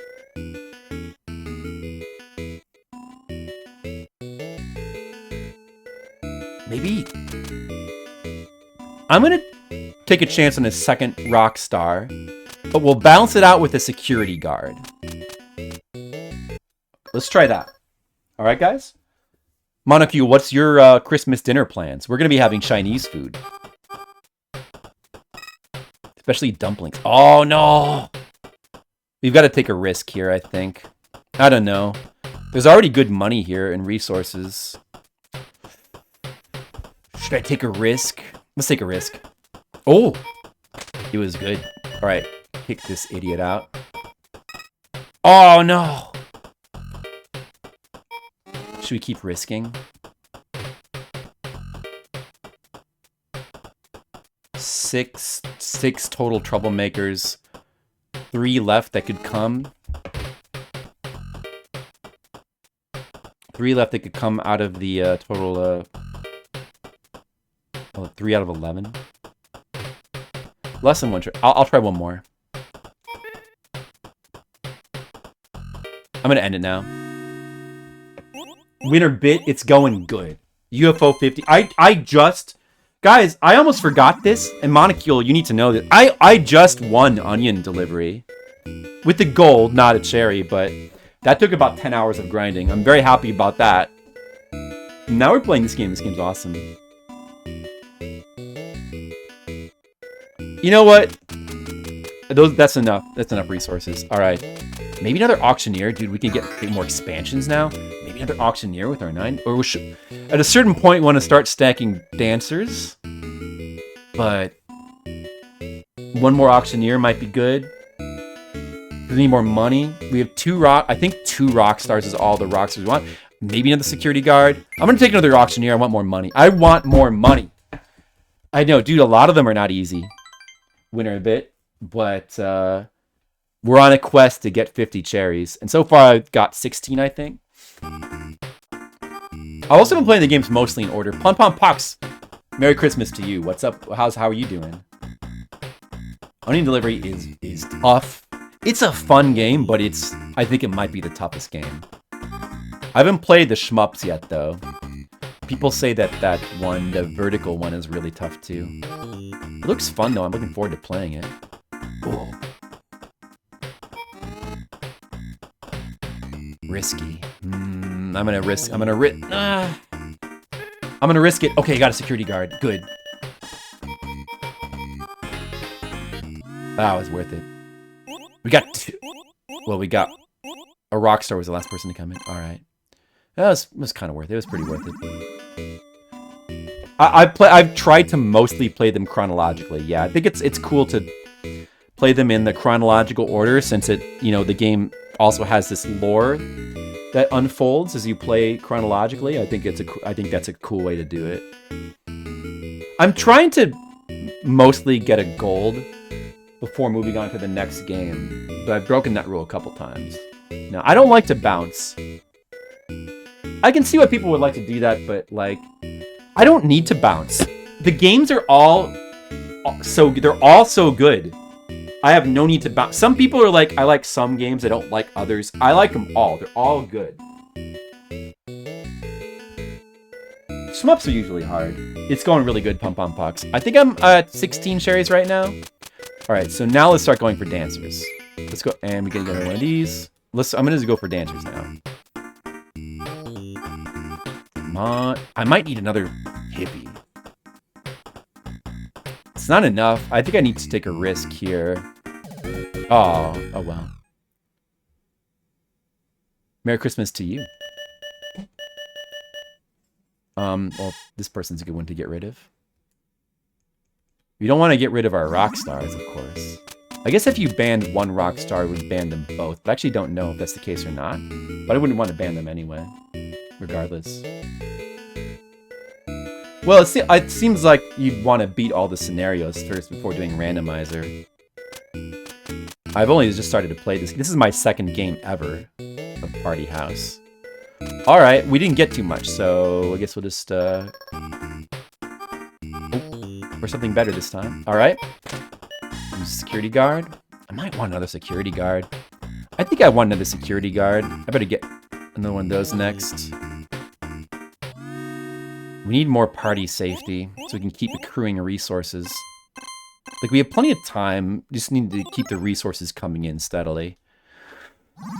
So let's get another security guard before we get the second dancer. And more house expansions, of course. Okay. I can keep saving. Oh, for UFO 50, randomizer? Oh, okay. Yeah, I mean, you know, I could see the appeal of that. But like I said, I mean, since there is kind of a narrative to the chronology of each game, with like some games being sequels to others, I find playing them in order very appealing, you know? And they're all the games are good, and I don't mind grinding a game before we get to onto the next game, because they're pretty much all fun. Like, there's not been a single game I've disliked yet. I think so far that the most grueling game has been Onion Delivery. That's the most mentally difficult, Onion Delivery. But it's still a really fun game. I can handle it. Forcing yourself to gold before moving on. That's interesting as well. I got plenty of party security now. Go ahead and take this guy. Or wait, maybe I should wait on that. Okay, now it makes sense to kick out the troublemaker, since we want to keep up the rock stars. Uh-oh. Risky situation. I certainly don't want to lose all these resources, so maybe I should go ahead and end prematurely here. I mean, I only have one dancer anyway. I'm going to go ahead and end. Too risky. We got to get all those resources. We can't risk those. Too valuable. Mostly good except for Block Koala. I know people people seem to not like Block Koala. I mean, I like Block Koala. Block Koala is fine. I think it's an interesting mechanic. It's interesting, but I will say, unfortunately, that mechanic, the math mechanic for Block Koala, it's not enough to justify 50 puzzles. It should not have been 50 puzzles. It's just, like, the puzzles are too repetitive. There's too many that are, like, essentially the same puzzle. But it's Sokoban. I don't mind Sokoban. Sokoban's fine. It does have a very pleasant aesthetic. I like the music. So it is probably my least favorite. Block Koala. Yeah, that's probably my least. It's still not bad. It's my least favorite, but it's still not bad. I generally enjoyed it. I haven't got to Campanella 2 yet. Campanella 1 I struggled with a bit, but it was a lot of fun. Yeah, it's just that mechanic, the math mechanic of Block Koala, in the end, it just doesn't really mean that much. And you can tell that they were having trouble coming up with interesting puzzles because they had to introduce all this random stuff like the blue blocks. I mean, I like the concept of the black blocks and the blue blocks, but then like the frogs are just nonsense. Like, let's introduce this completely unrelated puzzle mechanic that's just like nonsense. The frogs was...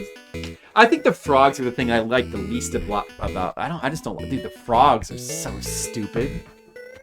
Freaking... All those late game frog puzzles and block koala. They annoyed me. Alright, let's get more dancers. Do we have enough party security? Should we get another hippie? But every security we add takes away from our total popularity potential. We might want to balance towards getting more money. Maybe even do we take a chance in a third rock star? But if I did that, I should probably get more. Yeah, I don't know. I'd like another auctioneer, maybe. But I think we should try to get to 4 dancers. We got more house. All right, let's just go with that. Dude, maybe I should get another hippie. I don't know. Or this guy? Maybe even the dog? I kind of think this guy's better than the dog. No. I'll just save my money. I'm just to save my money for... Oh, I just noticed that there's a limit to all of these guys. There's the little blocks there are the limit to how many you can buy. They all have a buying limit. I just realized that. Alright, let's see what we got here. Alright, now we gotta kick this guy out. Aw, jeez. This is not enough. We gotta take a risk now. Come on, hippie! Hippie! Yes! It was worth it. Okay, now, in this case, who could we kick out that would be good? Wait. I should wait. I can still use this guy's action even if I'm full. Oh, yeah, that's right. It's better to be full first. Alright. We can afford to kick out this lame best friend. Or the security guard. Oh, we can... They give us nothing once we use their abilities. So we can use the first... We can use the second security guard to kick out the first. Let's kick him out.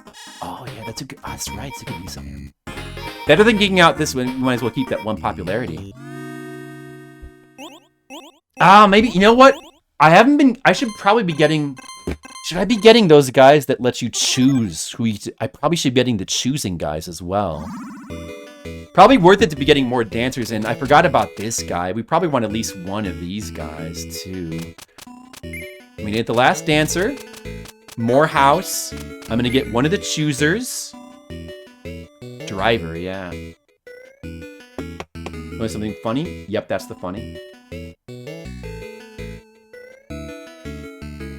Oh, was that what you were thinking?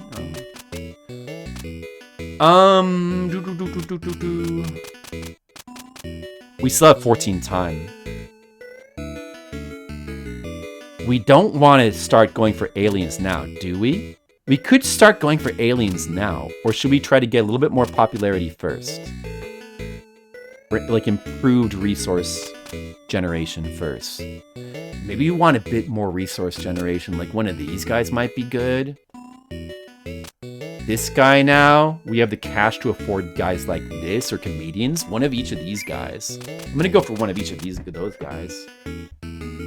We want a little bit more resource generation. I suppose the more house you have, the more you need to expand your deck to balance it. So you don't necessarily want it. We want to wait for the right time to start getting aliens. What's up, Traductus? No actions yet, dude.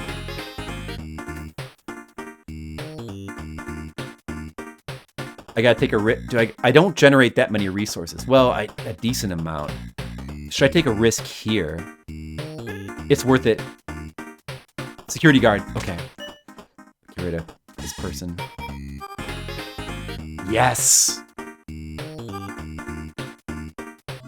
Alright. Alright. We didn't get the 4th dancer, but... Still, that's a lot. That's a lot of resources. Look at that. It's a lot of resources. Okay.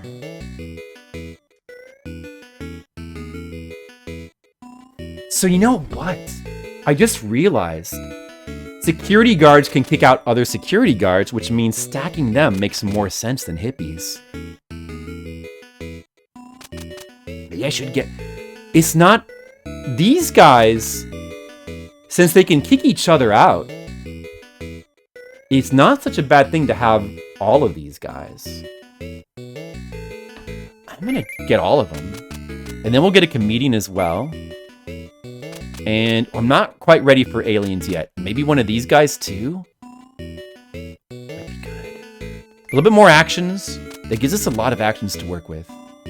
And this guy, the dog is not bad as well for his 2 popularity. Alright, let's just get a lot. Let's get a lot more good dudes. Oh, I can get more house? House is up to 13. Okay. We've got a better This is a good house. Man. I kind of want to get my house. Like, I'd love to get my house like the full house. I'd love to get a full house in this game. It'd be so satisfying to get a full house. You know, I guess you need a lot of house to be able to get 4, even if I had 4 aliens. Even just to get them all in the party at once is tricky as well.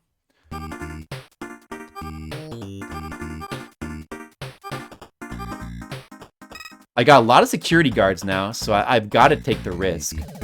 Oh!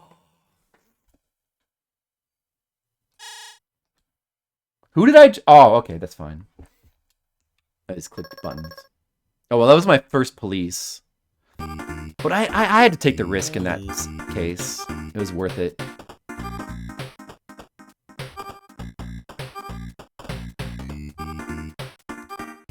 Like, I have all the security guards now, so in any situation, I should be going for more security guards. Just worth it.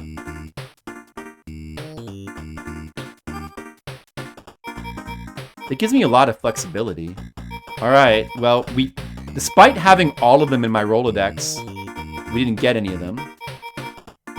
Got some hippies instead.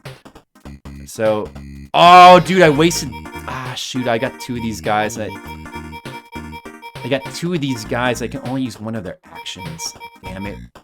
Oh, well, I made a mistake. Who should we get in then? Should I get more money? More house?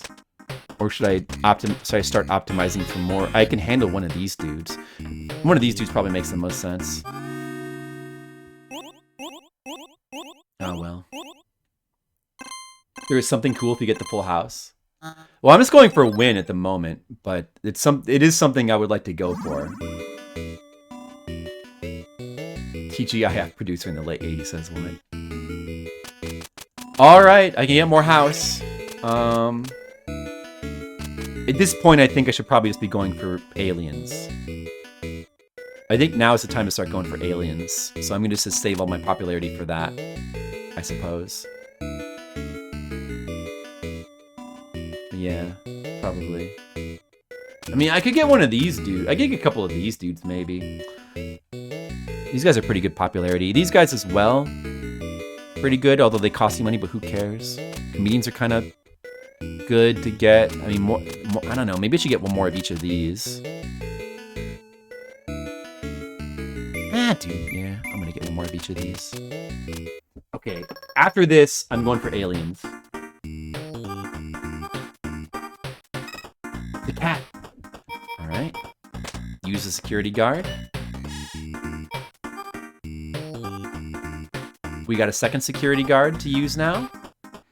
We got third. And we have 1 inviter.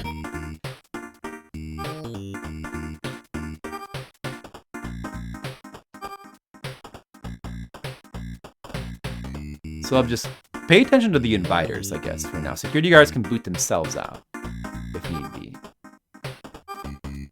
Okay, the inviter now must be used. Let's invite... the dancing bonus... Let's go for the dancing bonus. Let's go for it, because we can still get more. Alright, now this guy can go ahead and kick out this useless guy, driver. And we can get another dude. Who do we get? One of these guys. Your party's overflowed. What? These guys can overflow your party. These guys. What? I didn't know about party overflow. Oh, Demo says she's at her in-laws' Christmas party. Okay, well, make sure you have enough hippies.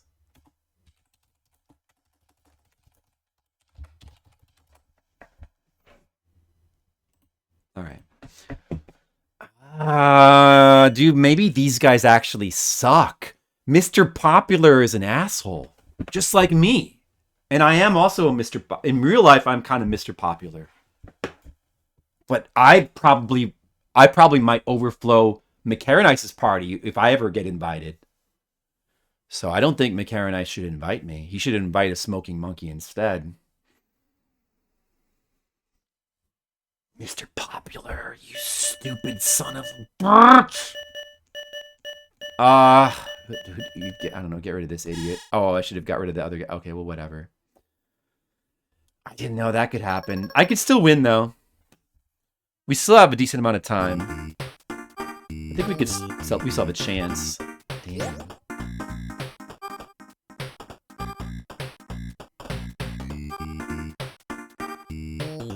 So we have an I action. Doesn't tell you your actions anywhere, does it? But we have one I action. Now we have a boot action.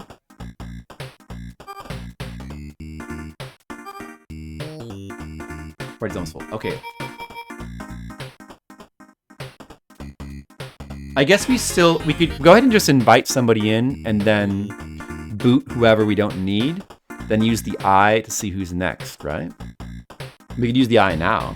I guess it does. I think it doesn't really matter either way, does it? I don't think it makes any difference. Oh yeah, we'll take him. It's good popularity. All right, now boots. Can he boot himself? I wonder if he can boot himself. I have excess trouble. I mean, I don't have excess trouble. I can handle the trouble I have. Can he boot himself? He can boot himself. Oh, wow. All right, one more person. And we got a rock star. That's pretty good. Okay. Where's my drink? I don't have it right now. I guess I'm waiting until Chinese dinner. All right, that was good resources. 33. Almost enough for an alien. We just need to collect resources now. Yeah, I'm just gonna keep saving.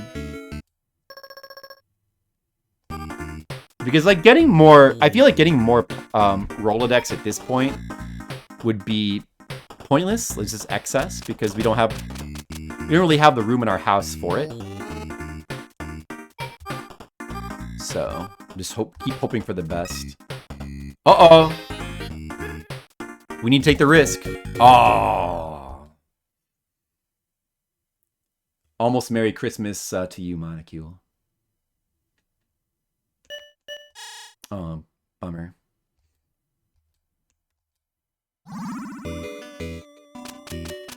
Who knew? There's still enough time. We can still win, I believe. Okay, we got a security guard. That's good. Security guard and inviter. 2 security guards. 3 security guards. Now they can boot themselves. We got a dog. We go ahead and just use the dog, I guess. Maybe I should have waited. I don't think we need this hippie. Let's boot him. I don't think he's needed. Alright, go ahead and use this invite T now. Go ahead and get the second dancer. You're always gonna go for dancers, I suppose. This guy, pick out this driver. Okay. Pick out the first security guard. And pick out the second one. But we can't quite... Oh, well. We still can only get 2 dancers, and we need to stack the dancers. Like, that seems like the whole thing. But we just need more house for that. Oh well, it's still a reasonable amount of popularity. We can get an alien now. I guess you kind of want to... Maybe you want to wait. You don't want to buy the alien. It's pointless to own 1, 2, or 3. It doesn't matter until you own 4, so I may as well just save up for 160, right? Oh no, wait a second. There's a max. Ah, there's a max. You can't do that. There's 65 is the max. Oh, I see. Okay, never mind.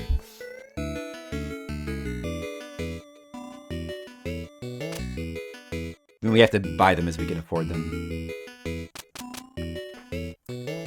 We're just gonna go for them now. I wonder if I can win. It seems like it's still winnable. Okay, 1 security guard. We got 1 boot.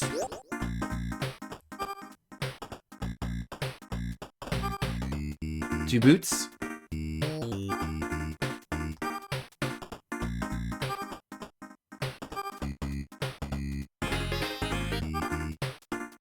Two dancers in here. No other actions? Oh, we have the dog. Okay, let's kick out, just kick himself out. Should I get rid of some of this trouble? We have excess room for trouble. I don't think we need to at this time. Let's use the dog now. Should we get this guy? Well, he's just gonna end up kicking himself out. So what would be the point?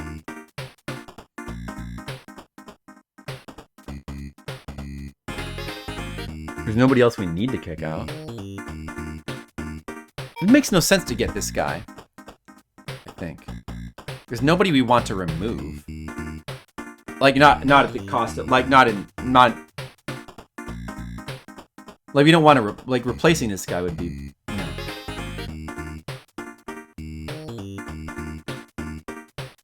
I'm just trying to think, like, if I got this guy and like, I kicked out one of the yellow ones, then essentially I'm losing 1 popularity for nothing. So that doesn't make any sense.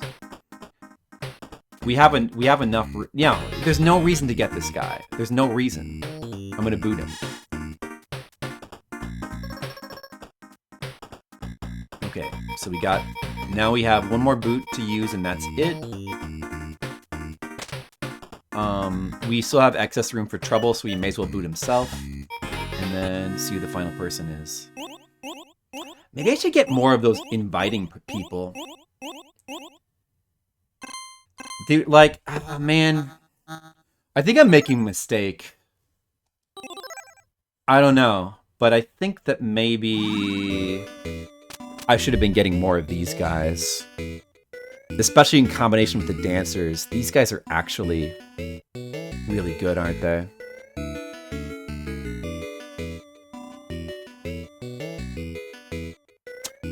I think I'm gonna get I think I should have got more of these guys earlier.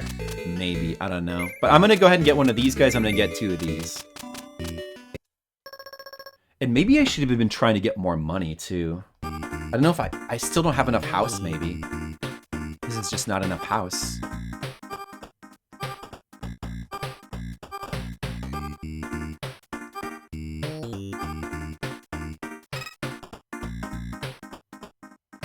I have no actions. Should we take a risk now?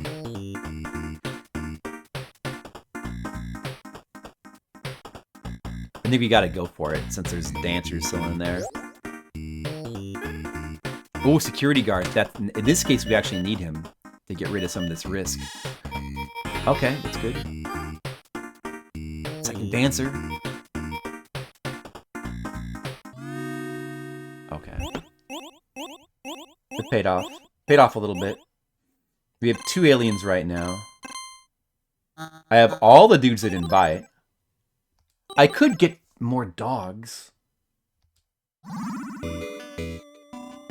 wonder if it's worth it to get more dogs. I don't know. Maybe strategically you want to end up getting like all the hippies, all the dogs. I don't know, maybe not the hippies. Maybe hippies are good early on, but not like late. Like every dog I get enables me to manipulate one guest. But they have 2 popularity themselves, which is not bad. Plus you can potentially manipulate one guest. it's not really that strong, but like they're not ever taking up they're not ever a negative to have in your deck, right? Dogs, because every dog I get in the party, I can then optimize. Well, you can't really. It's not that. Yeah, I don't know. Then again, I don't know. Maybe ultimately it takes away. If the dog wasn't there, it's one more space that could go to dancers, you know? Like he could help you out. Yeah, I don't know. Maybe I don't want an excess of dogs. Security guards though can always boot themselves. I think you can never have too many security guards, but dogs, I don't know. I don't really know. I don't really know. I'm gonna keep selling for the aliens right now. I could get another auctioneer. No, let's just keep saving for aliens.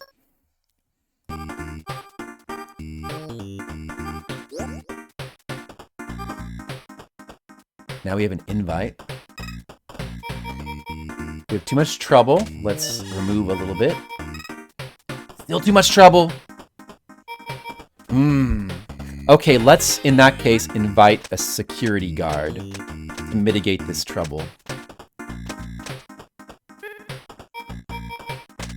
And hopefully we can... I could have got it. I could have... No, I mean, maybe it would have been better to get a hippie, actually, but... Maybe getting a hippie would have been better. But, too late. I already made that decision. Oh! I'm gonna keep risking. I have to keep risking. Oh, we got the alien, but he doesn't help right now.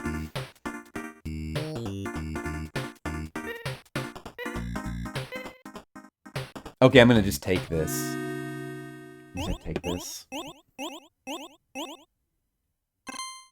Even when I have the 4 aliens, they still all have to be in one party. This is tough.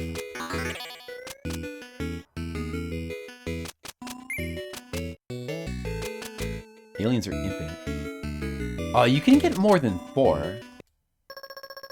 You can get more than 4. If I use the dog early, let's keep going until there's some risk.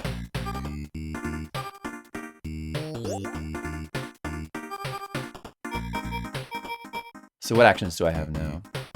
I have a dog, and that's it.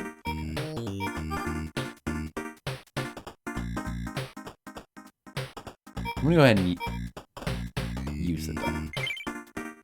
Oh yeah, I want to take this guy.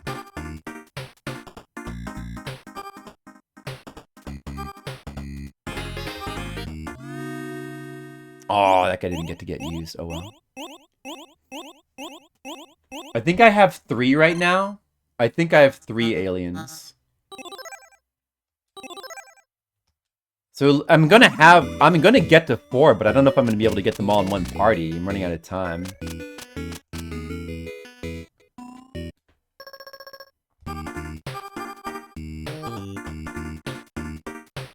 There's 1 alien. I don't have 4 yet though, so it doesn't do me any good.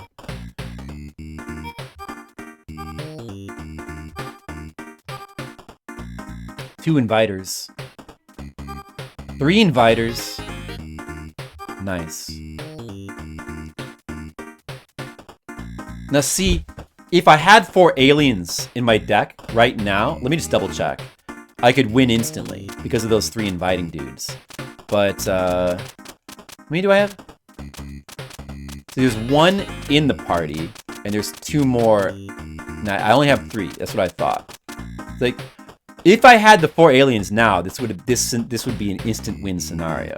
But since I don't, there's no reason to have them.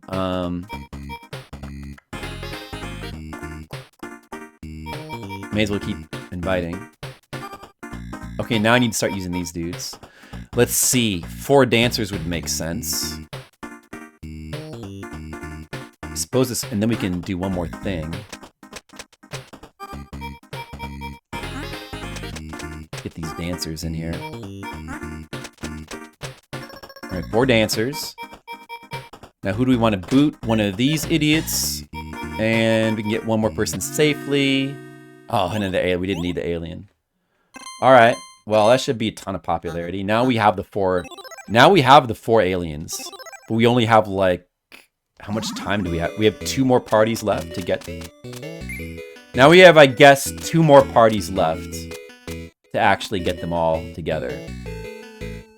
Do we want to spend on anything else? There's nothing else to spend on. Anything else we spend on at this point, there's a chance. Anything else we spend on at this point is only going to be counterproductive, right? Except I suppose money. Like, we could spend on the dudes to get more money, but like, we'd only have 1 chance to spend it. So even that's kind of counterproductive. Like, we shouldn't spend anything else. And security guard, things that help us get aliens, like security guards, like maybe dogs, but even dogs, I don't think are good to add to our Rolodex now. Like, I don't know. Would dogs... I'm not sure. Would dogs at this point actually make it slightly likelier to get aliens, or do they kind of just cancel out? These 2 guys, security guards and drivers, we definitely want to have max at this point. Anybody else is basically a liability. So, yeah, I don't know. I'm not quite sure if the dogs would do anything for us. There's an alien. Alright, well, let's just hope to win now.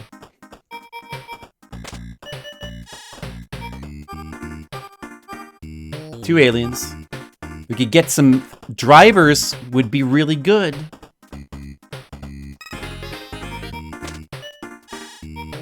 Some drivers would be good. There's no point in stopping now. Come on, driver. Driver. Oh, okay, well, this guy's slightly helpful. The driver wouldn't be good enough now because I only have 3, and now I just need to get them raw. Oh, you can't win now. You can't win now. Unwinnable. Resources don't matter. Oh man. See, I just need to. If I could just get the same scenario, if I could just get a bunch of drivers early on, we could easily win. There's 4 of them, right? Well, there's one more thing I can buy that's useful, which is a 5th alien. That's one more thing I can buy that is useful. Buying anything else would be pointless. Right? I believe. So now there's 5 aliens in my Rolodex. This is the last party though, right? Skittles, this is the last party. Last party. Oh my, oh look at that. Oh no. Oh, let's try again. How do you gold this game? Do you have to just beat all these?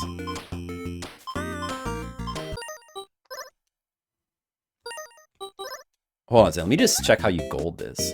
Can you throw... Did I read the description for these? I need to go back and read the description for all these things. Can you throw the best house party of the summer without getting busted?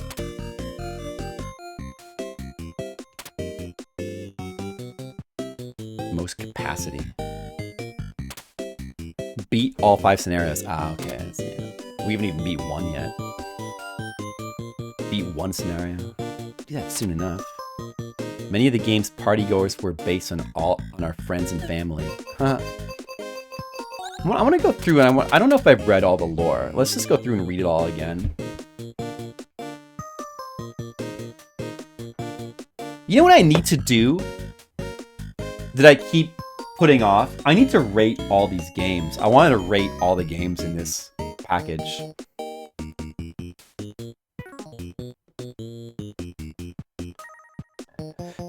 That where's that Alchio mode coming out? That's good.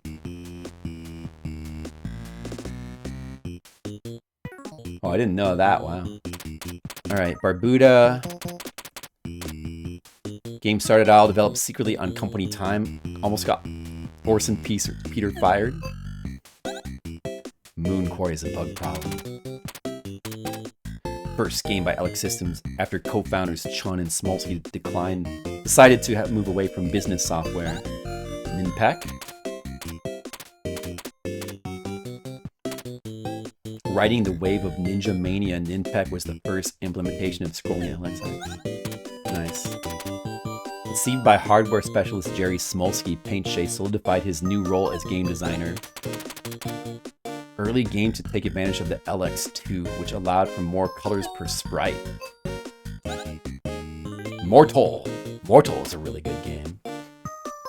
First game in the Mortal series, conceived by Benedict Chun, but directed by Jerry Smolsky. Space Pirate Alpha makes her debut in this game, notable for its use of random level generation. So are a lot of UFO 50 games. Yeah, I'm going to rate them 1 through 50, Monocule. No, actually, no. Though they remain unnamed, Pilot and the Campanella make their first appearance in this game. The release was delayed because our team spent too long challenging each other to battle. And New Tales refused to carry this game due to its demonic box art. You remember that one? The Pick Club Versus mode was started but not finished before the game's release date.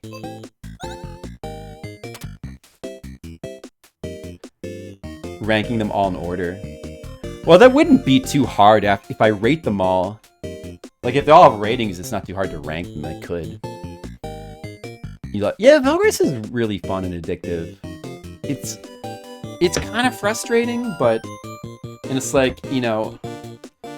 It's like you wish you could get more out of the upgrades. The upgrades don't really end up mattering that much. But... It's a fun concept. I don't know. I probably prefer Downwell a little bit, but...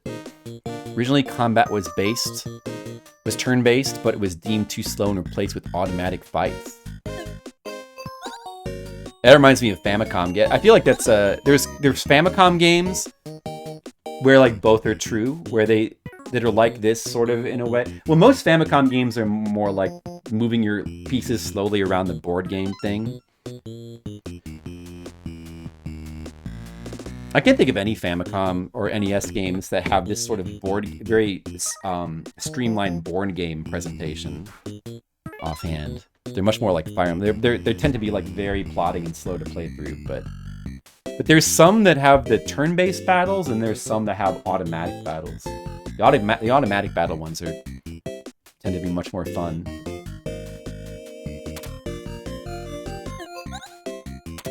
Conceived as a spiritual sequel to Barbuda, Thorson Peter, Petter? Is it Petter? Spent nearly 2 years perfecting it. To promote the game's release, a big tournament was staged in a local bar. Wait, what did this say again? What was the...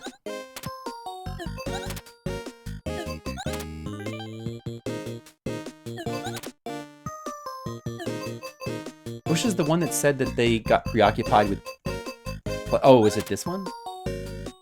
Telling each other to battle. I wonder what this game would be like in 2-player. This game, Edit Tactics, seems like it'd be really interesting in 2-player. Shido Ball, you know, is cool and all, but probably rather just play Windjammers. I don't know if I'd really appreciate it in 2-player that much. Maybe it's just too much for me, too much for my brain. Alright, Skittles. It's good to see ya. I'll be heading out. Like, I can't stay for too much longer either. I'm going to be doing family stuff soon, but I kind of do want to go ahead and just rate these games. Or at least the ones I've played so far. I held the level design contest with our bi-monthly newsletter, the LX Star. Based on an unpublished picture book written by Smolsky's mother? Surprise success, it inspired our rebrand to UFOsoft. It was later packaged with the LX3. Campanella 1 is a really fun game. Directed by Benedict Chun, it was the biggest game that we had ever attempted at the time of its release. Golfaria is really neat as well. Like, Golfaria is so cool. Built in just 2 weeks, this 2-player offshoot of the Campanella series was also sold to LX3. Big Bell Race is okay. It definitely feels like one of the more lightweight games in the package. Born out of a dream Thorson Petter had while napping on the company's orange couch. Warp Tank I really like. Warp Tank is awesome. Waldorf's Journey. The great game's protagonist was based on the stuffed walrus, won at Frankie's Family Fun Center. Corgi. The first title released under the new UFOsoft brand. Onion Delivery. Directorial debut of programmer Chiffon Bola, who once had a job as a delivery driver. camera ability was lifted from one of Chun's canceled projects, a side-scroller called Photo Mom. Party House. Many of the games, yeah, we read that right.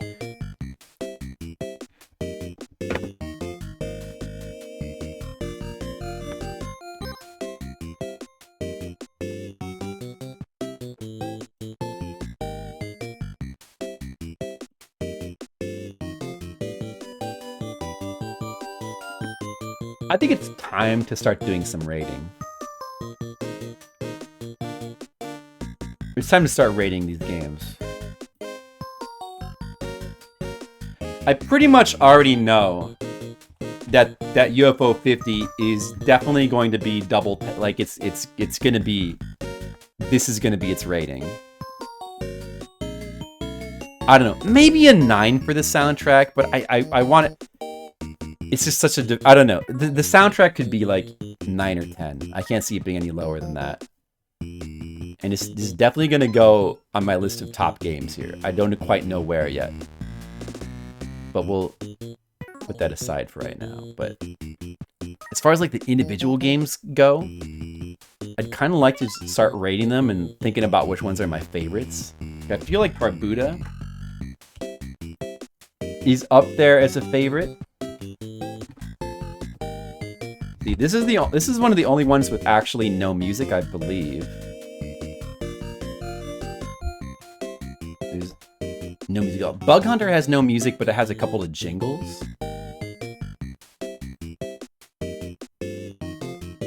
You know what? As much as I do love the menu music, I might need to hear some music from UFO 50 as I rate these. All right, guys, time for ratings. Do you guys like ratings? It's time to rate things. Yeah, so Bug Hunter had a little bit of music. It had a little bit. The intro, and then there's like a little jingle.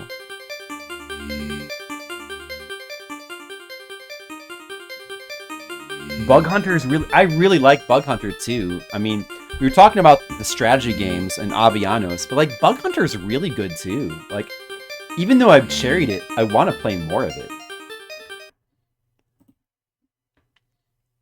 And I don't even really mind that much that it doesn't have, it has a little bit of music. I like those jingles. Obviously, they're like nothing super special. So I'll give a 4 for music. I don't know, if it had amazing music, of course it would be better. But Bug Hunter's the kind of game that sort of can work without music, I suppose. Especially in a package like this. Bug Hunter's, oh, dude, I really like Bug. It's so cool and addictive. So apparently that game In the Breach is a lot like Bug Hunter. I guess I need to check that game out. Maybe I should do that now. All the strategy games I've really liked, yeah. Well, I really liked everything. Into the Breach. Into the Breach, is that kind of like Bug Hunter? Is that where the idea comes from? Has anybody ever played that? I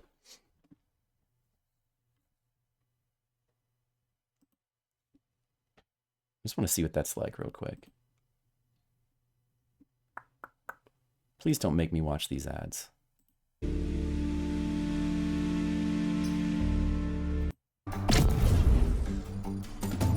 It's like semi-isometric little slice of land you do like sort of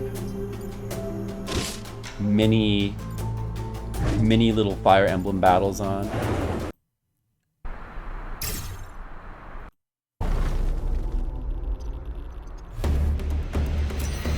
It's got a decent visual look. It was fun until it was over. I can tell already I don't like the music, because it's this kind of like very generic backgroundy music that is just, I just don't like. But I don't know. Oh, maybe this track's gonna... I don't know about the visual style's okay.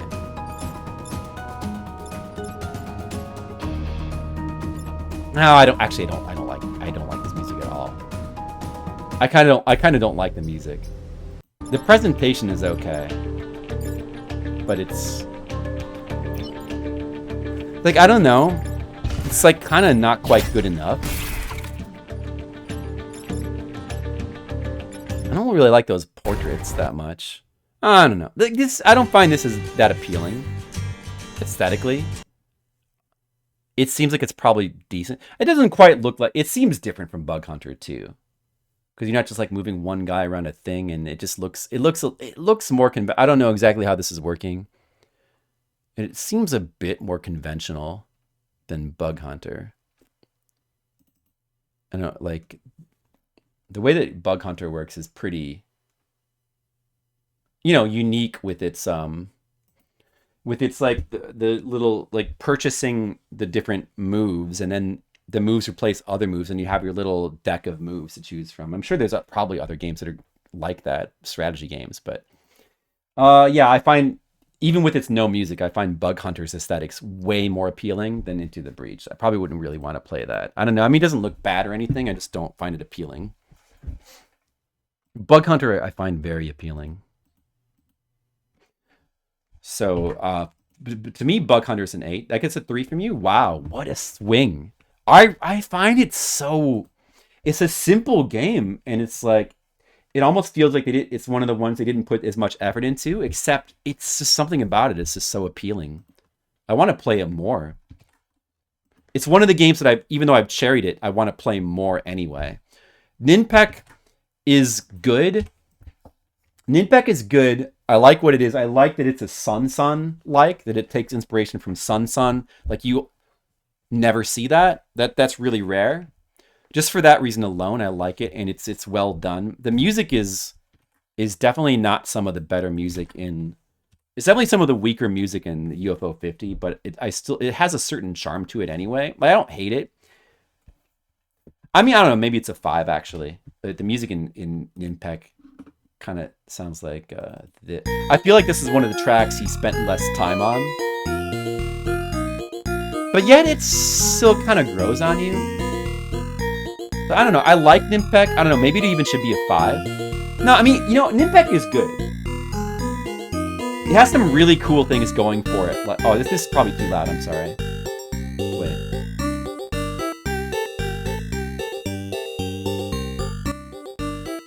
That's probably too loud. The scoring, like a lot of UFO 50 games, are really cool for how they integrate score and make score important. And like Ninpek, searching out the score items improves that game a lot. And I don't know, it's quite addictive. It's quite fun. And I think it deserves a 6 at least. I still don't love it, and it's not one of the games that I would be as enthusiastic as about going back to. But I think it's pretty fun while it lasts. All right, Paint Chase.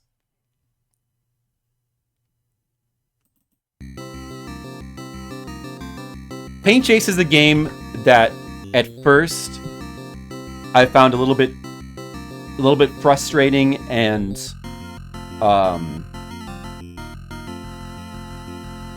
it wasn't my favorite, but it's another one that kind of grew on me a little bit as I played it. Like, it grew on me, like, now that I've played through the whole thing multiple times, I appreciate its level design a lot. Like, I appreciate its enemy variety. The enemy design is really good in Paint Chase. It's a pretty... Once you start going for cherries in Paint Chase, I think it kind of improves the game, like probably a lot of games in UFO 50, because it's a pretty fun scoring game. It's good, honestly. It's another one of the UFO 50 games that like kind of started out. I was like, it's all right. It's not that great, but the more I played it, the more I liked it. And the music's okay. It's not some of the better music, but it's an okay theme for just like a one. It's not quite good enough music for like a one song game, The soundtrack for UFO 50 is really amazing since it's like over 300 tracks. It's all by one guy. Like the level of quality in this soundtrack is insane. Like this puts to shame. It absolutely destroys. Like even like individual games from UFO 50. Some of the individual games by themselves put to shame a lot of indie game soundtracks, but as an entire package, it's fully insane. But I mean, there's bound to be some games with like less effort put into the music. And there's, you know, some of these like one song games. Yeah, I don't know. I like Paint Chase. I think it's pretty good. I think it's pretty good. Magic Garden is awesome. Magic Garden has got to be like a 9. Dude, the music in Magic Garden, that's like the first game in the package where like the music is just like, whoa. You know? It's like, whoa, this music is really good. I really like this song. This song is so good. It's essentially a one-song game though, right? So what should I rate? At least an 8? The music? I just want to give it a 9. It's just so good, this song. Just this song. This song is so good. This is one of the best songs in the whole soundtrack so far. Average all the ratings? It's not. It's not going to be that Gizmo. No, it's a 9. It's a 9. It's a 9. Double 9s for Magic Garden. Alright. This music is so good. That music is so good. Alright, Mortal's also really good. Wait, that's not Mortal, sorry. So this is another game. I think it has 2 music tracks. Or did it only have 1? I guess it only has 1 during gameplay. There's like a victory song and an ending song. I think the victory song's just like a jingle. So another 1-song game. This song, not quite as good as Magic Garden, but I still really like it. I think like a 7. Mortal, probably like an 8. It's not quite my favorite game in the package. I think it's really good. I really like it. I like the concept. I think it's well done. It was a lot of fun to play through. Maybe a little bit less replayable than some of the games, but it was awesome. Mortal is awesome. I really liked it. So definitely an 8, a solid 8. All right, Belgris. What's the best music from Belgris? This music's pretty cool. Belgris is awesome, but I think maybe I like it slightly less than some people. Like, I wouldn't put this as like the best game, and I think again like maybe an 8 for Belgris. You know, Belgris it's fun, it's addictive, it's well made. I probably prefer Downwell a little bit, which I think I also gave an 8 to. Belgris, there's things about it that annoy me a little bit, that just bother me a little bit, but they're just quirks you just kind of have to get used to. Like, the fact that all the ground is constantly breaking, and sometimes it breaks really fast. Like, so, if you wait just a little bit too long in a piece of ground, essentially then it eats your jump input because your first jump then becomes your double jump, right? So, it's you know, it's technically your fault, but it just, you know, it's really difficult to not have a lot of eat and jump inputs because of the way the game works. And there's also a lot of like situations where it's really easy to like bump your head on ceilings, and it can be awkward trying to negotiate. And you know, there's a lot of just like sort of tricky negotiation you have to do, which is just the nature of the game. But doesn't quite have it doesn't always have a great feeling to play. But it is still a really fun, addictive, unique game. I still like it a lot. Yeah, I mean, I would give it an 8. I guess this is the first game in the package that has like multiple music tracks. The soundtrack overall, it's pretty strong. There's not a single music track from Belgris that like I love though. But I think the music's pretty strong overall, so maybe a 7. Alright, so now Planet Zoldath. So it seems like Planet Zoldath is one of the ones that people tend to not like as much. But I like it though. But it is a lesser game on the package. I don't know, maybe a 6 for Zoldath. I like it. I like Zoldath. But Zoldath is kind of weird. You can tell it's one of the more experimental games because it's just like, okay, so like this Zelda game, it's like a Zelda 1 style game. But like, okay, what can we do to like make this interesting or different? Like, let's just make this randomized procedural. Like that has some consequences that can be annoying. And I noticed when I was playing it for the cherry, like playing it over and over again. Yeah, I agree. I agree with that, Zelithar. It's charming. Well, I'll tell you one thing. This music is damn good. I really like this music a lot. This is up there. This is in the top 3 tracks so far, maybe. Man, I really like this music. So, like, that's a big part of it. Is just like I like this music track so much. That's part of the charm. It's just like a charming world to get involved in. I think that, I don't know, there's like kind of good and bad consequences to the procedural thing. Because like, honestly, like it's awkward. Like it's very unbalanced what type of world you get. But that's how roguelikes are too. So that's not necessarily a terrible thing. But it's awkward. The Zelda map that's like randomized, there's just an awkwardness to it, I guess. And I had the most success trying to get doing cherry runs, like doing maps on graph paper. Made the game a lot easier to sort of play because I didn't have to worry about, like, trying to remember where everything is it's very mentally taxing. And I think it's too draining, and probably that feels like it would be the main thing that's like pissing people off about the game. Like, it's so annoying trying to remember where especially like, this is a big problem for like procedural games in general. One of the big problems with procedurally generated games is you lose out on one of the big advantages of hand design games, being able to learn the game. Like that fun of being able to learn the game, which then helps you get better at the game. You can't learn the map.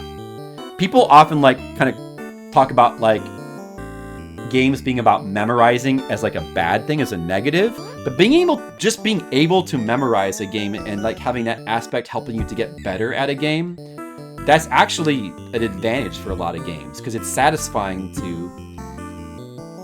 you know, learning maps, learning level design, and having that increase your natural ability of the game. That's fun. But you don't get that in procedural games, and especially like for something like Zoldath, it's just so, where having to memorize the map is so important. Then like each time, like it's just confusing. Like each time you play the game, it's like, and you're trying to remember the map, and you're constantly like getting confused by like the previous map being in your brain. Like, oh, this, like, where was this again? I think that's just kind of a bad aspect of Zoldath, you know. It's just kind of, it's like kind of a problematic aspect. So like ultimately to be able to have fun with Zoldath, I feel like you almost have to make a map. You have, which is you know, that is something that people wouldn't like. It's an easy game to map though because of its Zelda 1 screen-like structure. That does make it easy to map. Maybe you're intended to map it, but like if you're not mapping it, I feel like it's just not going to be fun.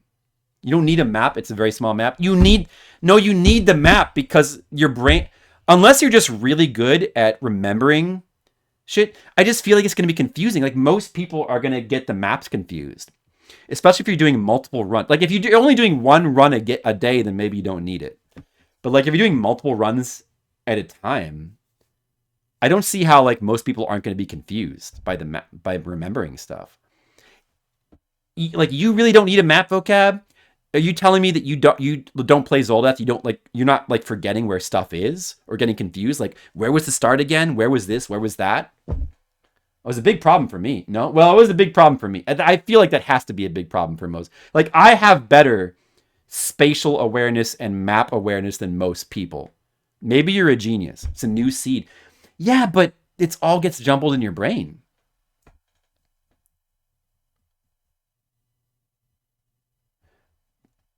Well, yeah, but Barbuda is hand designed. Like Barbuda, you gradually internalize the map as you play. And you can't do that with Zoldath. Like that's a big difference. I feel like that's a really big difference between those two games. You know, I don't know. Like, generally compared to most people, I have pretty good map memory, spatial awareness, map memory, because I played all these old games. But Zoldath confused me, and it became a lot easier when I was making... Personally, it became a lot easier when I was making my own map. But yeah, I feel like that's a problem for the game, but I still like it. I still think it's charming. I want to at least give it a 6.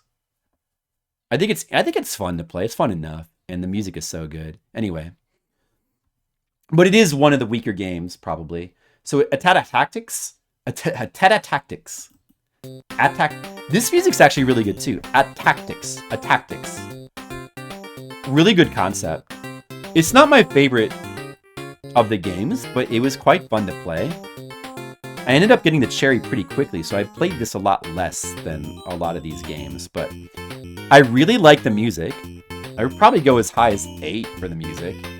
I really like the concept. I think it's just really fun. And of all the games on UFO 50 so far, this is the one I'm most curious to try in multiplayer. So I think it'd be interesting. All right, Demolition. I think this is one of the less popular strategy games. Demolition has got a bit of a problem as well, I think, in that...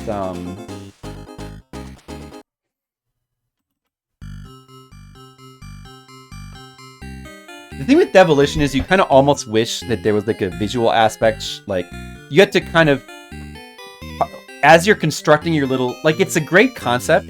As you're constructing your like little machine of chain reactions to destroy things, it gets confusing as to, like, you have to constantly keep going back over your work, which is just part of the game. But it makes the game a bit taxing to play. Like, it's very mentally taxing. I feel like this is one of the hardest ones to stream. Because it just requires so much brain, Demolition. But a lot of that is not necessarily, like, it's not about necessarily complex, nuanced strategy. It's more about, like, having a sense of how to build generally. But a lot of the brain is just going to, like, parsing and remembering how things work. So maybe it would have been better if there was, like, a thing that visually showed you, like, made it easier to remember how things exploded. You know? I don't know. Maybe that would have helped the game, to be honest. Because the game doesn't really need... Like, it would not have oversimplified the game. The game already has plenty of strategic, you know, brain demand as it is. It's almost kind of brain overload. I still like it. It's a cool concept. I think it's cool to play through. The music... This music, which is, like, the main music, is... It's alright. I could take or leave it. It's decent. I think it's decent. I don't know. So this is Demolition is another one where I think, like, there's certain things about it that I don't love, but it's still good. Like, none of these are bad. The lowest I want to go is 6 for any of them because I enjoyed all of them. Now, Kick Club's kind of interesting because it seems a bit overtuned with its difficulty. I don't know why they give you so few lives, considering how many stages there are. I don't mind too much because its overall difficulty is fine. It's probably one of the more difficult games. But it's a fun kind of... To me, it's a fun kind of difficulty. I don't really mind it. It's a fun... It's a good concept, the soccer thing. Like, carrying the way the combos work with, like, keeping the ball active is fun. It's well designed. It's just good. It's solid. It's fun. Not my favorite, but I like it. I would go back and play it more. I was kind of fortunate with Kick Club that I had a lot of trouble getting the gold, but by the time I was able to get the gold, I was already getting a lot of score anyway, trying to get 1-ups, and I ended up getting the cherry on my first win, so that was good. The music's very good. It's not the best, but I think this is pretty catchy and good and strong, especially like the second part of the song right here. Sounds very classic video game. Yeah, Kick Club, I don't know. This is another one. I think this is another one that like some people don't like, but I think Kick Club is very good. Avianos, we've talked about Avianos. Avianos does not have a lot of music. It has an intro song. Avianos is one of my favorites on the package, really. Like, it's just, I don't know, something about it is really addictive as a strategy game. It's like such a good, polished, like, strong combination of, like, board game and strategy game into one package. It's so minimalistic, but, like, in a good way. I do kind of wish it had music, but it almost doesn't need it, because it's such a strong game. I mean, it has music. It only has this, like, it has an intro song. It has a blessing. When you're doing the level up thing, it has this. I really like this song, actually. I mean, you kind of wish there was music during the...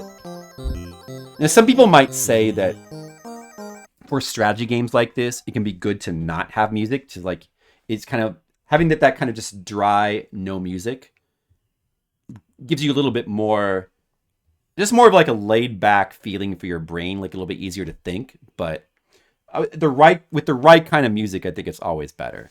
But just simply having no music for the gameplay, but having this awesome song for the level up, it is not bad either. Like, this is so good. And then you have there's the encounter music as well, which this plays during the automated. This is usually over pretty quick. Yeah, this song is just kind of like whatever.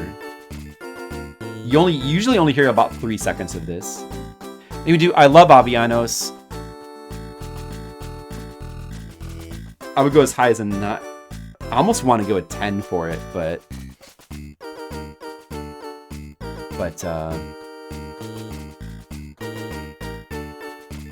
yeah, I almost want to give Avianos a 10.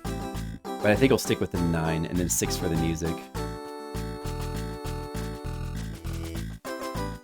Alright, Mooncat, dude, is another really cool game.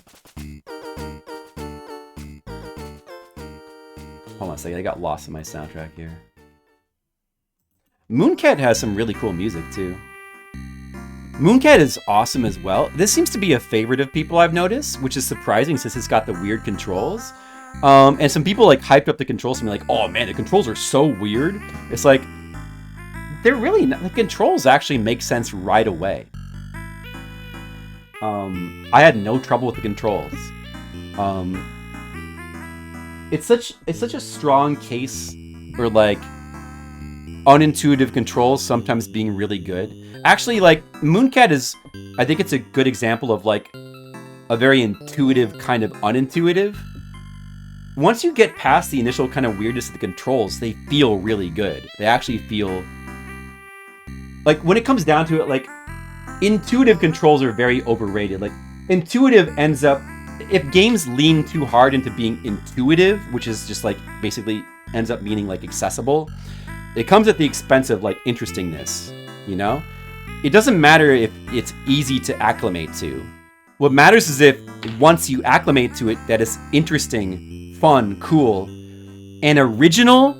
You know, originality is not valued enough in like modern game philosophy. You know?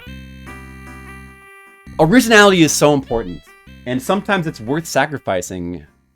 I think a lot of times, especially the way things are now with like just kind of homogenization kind of being rampant, like we need a lot more people deviating from the norm, having the courage to do that. Well, anyway, like stuff like that's why stuff like Mooncat is so cool. It feels really good to play. Like the actual level design and world design of Mooncat is like it's like not that interesting. It's fine. But Mooncat is really cool for what it is. So it's not necessarily my favorite, but the soundtrack's pretty good. I don't know, maybe like a 7. I think it's very good, but it's not quite amazing. I don't think none of these songs are like my favorite. They don't go, there doesn't have a song that goes into my favorites, but like it's a strong soundtrack overall. Oh, Mooncat has, just like how Velgris is heavily based on, the dude who made Velgris is also the guy that made the indie game Downwell, which I played like 5 or 6 years ago. I played through Downwell. Mooncat is another one of these games that like is based on a previous indie game. It's a game that's called like And the Mooncats, which is basically like a prototype for this game. It even uses the same sprite, I think, for the character. some of these games have interesting histories to them, like in the real world, not just in the UFO 50 world. All right, Bushido Ball. Not my, I think, Windjammers is really cool, but even Windjammers is like not necessarily like, I mean, Windjammers is awesome, but I'm not that good at it. Maybe that's why it's not my favorite thing in the world. And probably the same thing with Bushido Ball. But it's a strong concept. I think Bushido Balls are like really well executed. And the 6 different characters, each with their own different play style, is a nice touch. And the presentation is really good. But I don't know. It's not my favorite to like actually play. I don't know. But I don't know. It deserves at least a 7 though, honestly, because it's so well made. What is it with the music? I think it has no music when you're actually playing, or does it? Bushido Ball. What is it? The character select music is really good. Sounds like something out of Bushido Blade. It almost has like a Bushido Blade kind of feel to it, which is awesome. So probably double 7s, I suppose. Block Koala. Yeah, I agree with people that have said this is probably my least favorite game in the package. I still don't mind it. Like the presentation of Block Koala is good. Let me hear the music from Block Koala. I think the music is quite good. This is quite good music. Well, it's pretty good. I don't know, maybe like a 6. I suppose Block Koala might be my least favorite so far. But it's still Sokoban, it's still good. The problem with that math mechanic of the blocks combining, it's just that idea. It's a neat idea in concept, but I think there's just not enough to really do with it. And the puzzles end up becoming just basic vanilla Sokoban puzzles most of the time. And that mechanic of pushing certain blocks into other blocks to combine them, it's just not that fleshed out. It's just not, it doesn't really add that much. Which is why to me the puzzles feel too similar and they just feel like just basic Sokoban.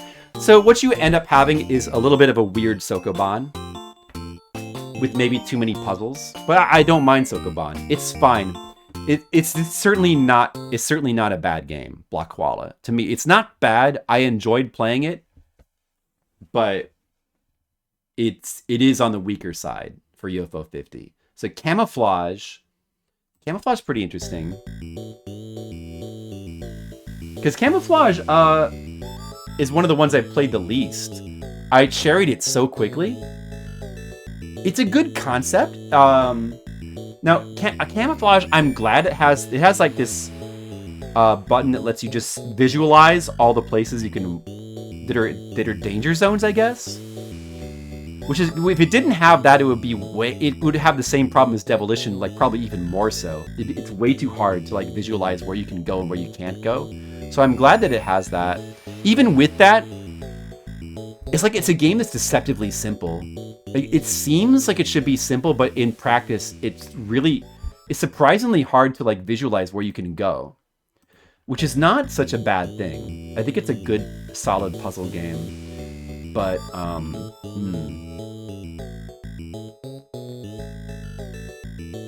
it's a cool concept, but it's just not one of my favorites. It's hard to say. I want to give it like a 6. It is a really cool concept. I guess just because that concept just ends up being like really. It's just another thing. Where even with the ability to visualize where you can go, like it's just it doesn't feel that great. There's something about it is just very tricky for my brain. Maybe it's just my brain, but something about it is just really hard to wrap my brain around, I guess. Maybe that's why. But I respect it for being really interesting in its own right and a solid puzzle game. Definitely, for sure. The music is pretty good. That's like the main gameplay music there. I think that's the main track. There's only 4 tracks. Pretty solid music. I guess like a 6 for the music. All right, so Campanella. Yeah, so aside from Well, I'll say this. Campanella has easily the strongest soundtrack of any of the games up to this point so far. Like, easily. This soundtrack is super strong. In fact, of all the games we've played, I don't know, let me just look here. This is, of any of the games I've played, this is the strongest soundtrack, right? Easily the strong, I mean, I've only played like the first 25 games, and I played some Pilot Quests, and I played Night Manor. So there's a lot I haven't played yet, but of all the games so far, it's the best soundtrack. Really good soundtrack. Easily a 9. I think a 9. Now the game itself is, I really like it. Easy 10. It's not an easy 10, but it's worth considering. But I don't know. I don't think it's a 10 for me. I think it's a 9. Nah, I can't give it a 10. It's a really good game. It's another one of these games that you wouldn't think it would be, because it's like this simplified Solar Jetman.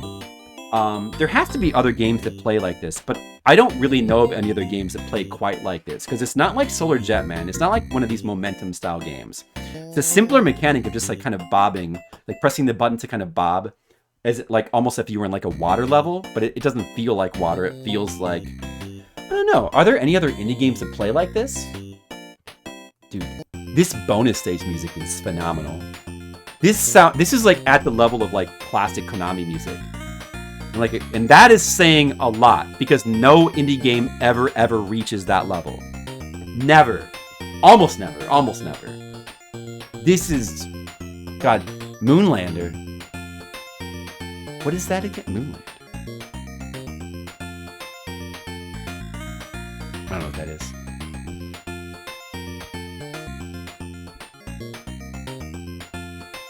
Moonlander. Anyway, like, yeah, so, like, clearly, like, it has some Solar Jetman influence, like, that kind of momentum-based kind of movement game, but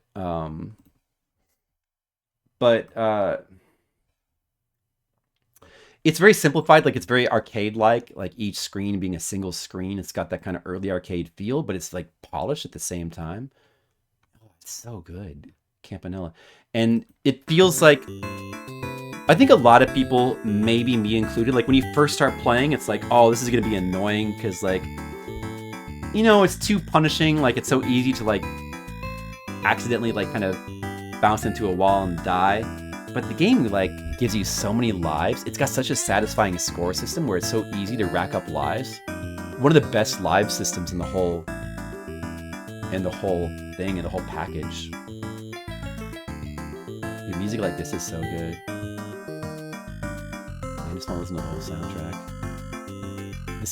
This game? Lunar Lander? Have I played this before?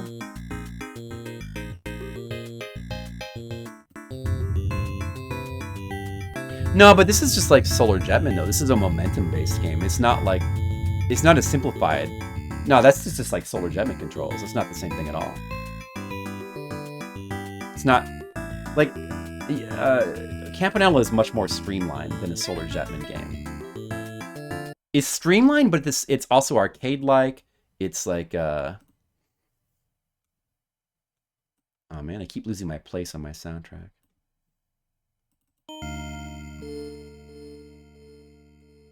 I don't know. There's something really addictive about it. I really like Campanella. There's something really addictive about playing through it.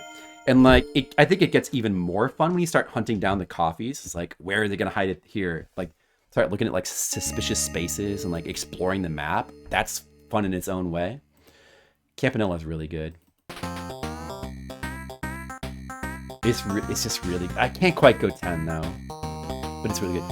Golfaria is a game that I don't really hear people talk about, but Golfaria is really cool to me too. I think 8 for that. A golf... Like Zelda with golf controls. Sort of like... Well, it's sort of like... I think it's like that... What's that one Kirby game? Kirby's Dream Course? Like Kirby's Dream Course controls to get around. That's a really good idea. I think it's really well done. It's fun to explore. It has that Zelda problem of like, when you're going for the cherry, like, you get down to like that last upgrade and like, oh, where is it? not knowing where to go, but that's also like part of the fun of the game too, like exploration. Oh, you didn't see it? It's really cool. How was the music? Golfaria, I think it had pretty good music. Yeah, pretty strong. I like that the K music in Golfaria had a particular kind of... It sounds like a Game Boy... It sounds like the music that would be like a Game Boy Zelda. Sounds really good. I really liked it. I don't know. I thought it was as like a... There's a lot of indie games that want to be like Zelda-like. This is one of the most interesting ones I've ever seen. Like it's... Most of those are very stale. Like that's overdone. But like this is different enough to where it's interesting again.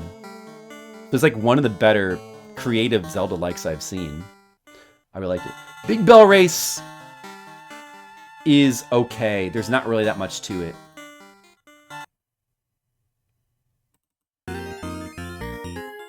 Pretty good music. Yeah, I like the song. It's fun to play. It still uses the Campanella controls. It's not bad. I like that it's short and I don't know, it's alright. It's not bad. It's just like it doesn't have quite the same impact as a lot of other games. I haven't tried going for the cherry yet. So I don't know. I feel like this is one I need to come back to and re-rate after going for the cherry. Like now, most of these up here I've got the cherry for. Velgris I don't have it, but I've played so much. I've played 10 hours at this point that I feel confident rating that. And Bushido Ball, I don't think my rating is not going to change for that. Nor Golfaria, because I haven't... Wait, yeah, have I 100%ed Golfaria? No, I still need to 100% that. 6 is fine. I think 6 is fine. But this is one I could see myself coming back to raise or lower. Maybe. So I'm gonna put that in blue, right? I will come back to re-evaluate Big Bell Race. Right now I want to say 6. Warp Tank, another one I really liked. Warp Tank is awesome. It's at least an 8. I will say, I don't know, man. Like, Warp Tank is very devious with the hiding of the coffees, like almost too devious. And I'm not sure if I quite enjoyed hunting for those coffees. That's something that, like, maybe brings it down slightly. It's just like, because it's just kind of like, I don't know. I found hunting for the coffees a little bit more rewarding and fun in Campanella than in Warp Tank. Warp Tank is just like, where the fuck is it? It's like, even with the flowers, sometimes it just feels like checking every square. But I mean, it's still kind of fun. The actual, like, the actual game itself, like playing through the game, is awesome. I love the idea of it, the concept. I think the music was pretty good. The music's not my favorite in Warp Tank, but Warp Tank actually has a decent amount of tracks. But most of the tracks are this song, which is, it's a fun track. It's not my favorite. I don't know, maybe like a 6 or 7. It's a really cool concept. I think it's pretty well done. It's not necessarily my favorite, but I really like Warp Tank. I kind of feel the same way as I feel about Mortal, I guess. Like, it's such a clever game. And I don't know, this is another game, like, even though like when people talk about like what games Warp Tank is like, people talk about stuff like VVVVV, which doesn't quite cover it. Like VVVVV is more like an MSX game with its kind of, like, Warp Tank is just very unique. I don't think there's anything quite like Warp Tank. It's such a good concept, and it's pretty well realized. But I think it is a game that could benefit from like a sequel, though. This same concept. It's such a good concept. There should... Same thing with Mortal, although I haven't played Mortal 2 yet. But like Warp Tank is a game I'd like to see another Warp Tank. It's such a good concept. There should be another Warp Tank, you know? So, I don't know. Pretty strong soundtrack. None of these tracks are amazing to me, but like overall, pretty strong soundtrack. All right, Waldorf's Journey is another game that's like, it feels a bit, it's kind of like Zoldath, and it's a bit less fleshed out. It's like a simple concept. Just to kind of throw in some random, kind of very random feeling procedural generated maps you just kind of jump across. And like, it feels like one of the lower effort games, but it's appealing though. Like, Waldorf's Journey has got a very strong presentation. It's very appealing. Another one that I haven't got the cherry for, like, I wonder if going for the cherry will change my, I like it. It's charming. It's appealing. It's fun. I want to give it a 7. I'm not sure about the music. The music's a bit weirdly ambient for Waldorf. There's not that much of it.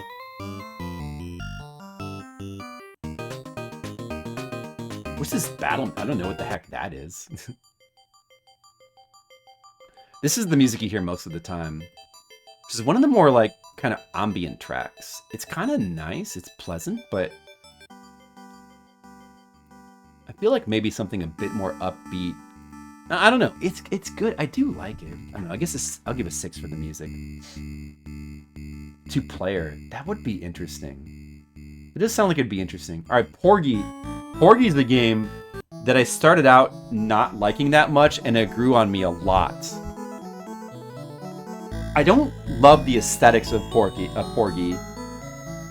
don't like its story. I don't like its story. Kind of gets on my nerves a little bit. This presentation is not to my tastes.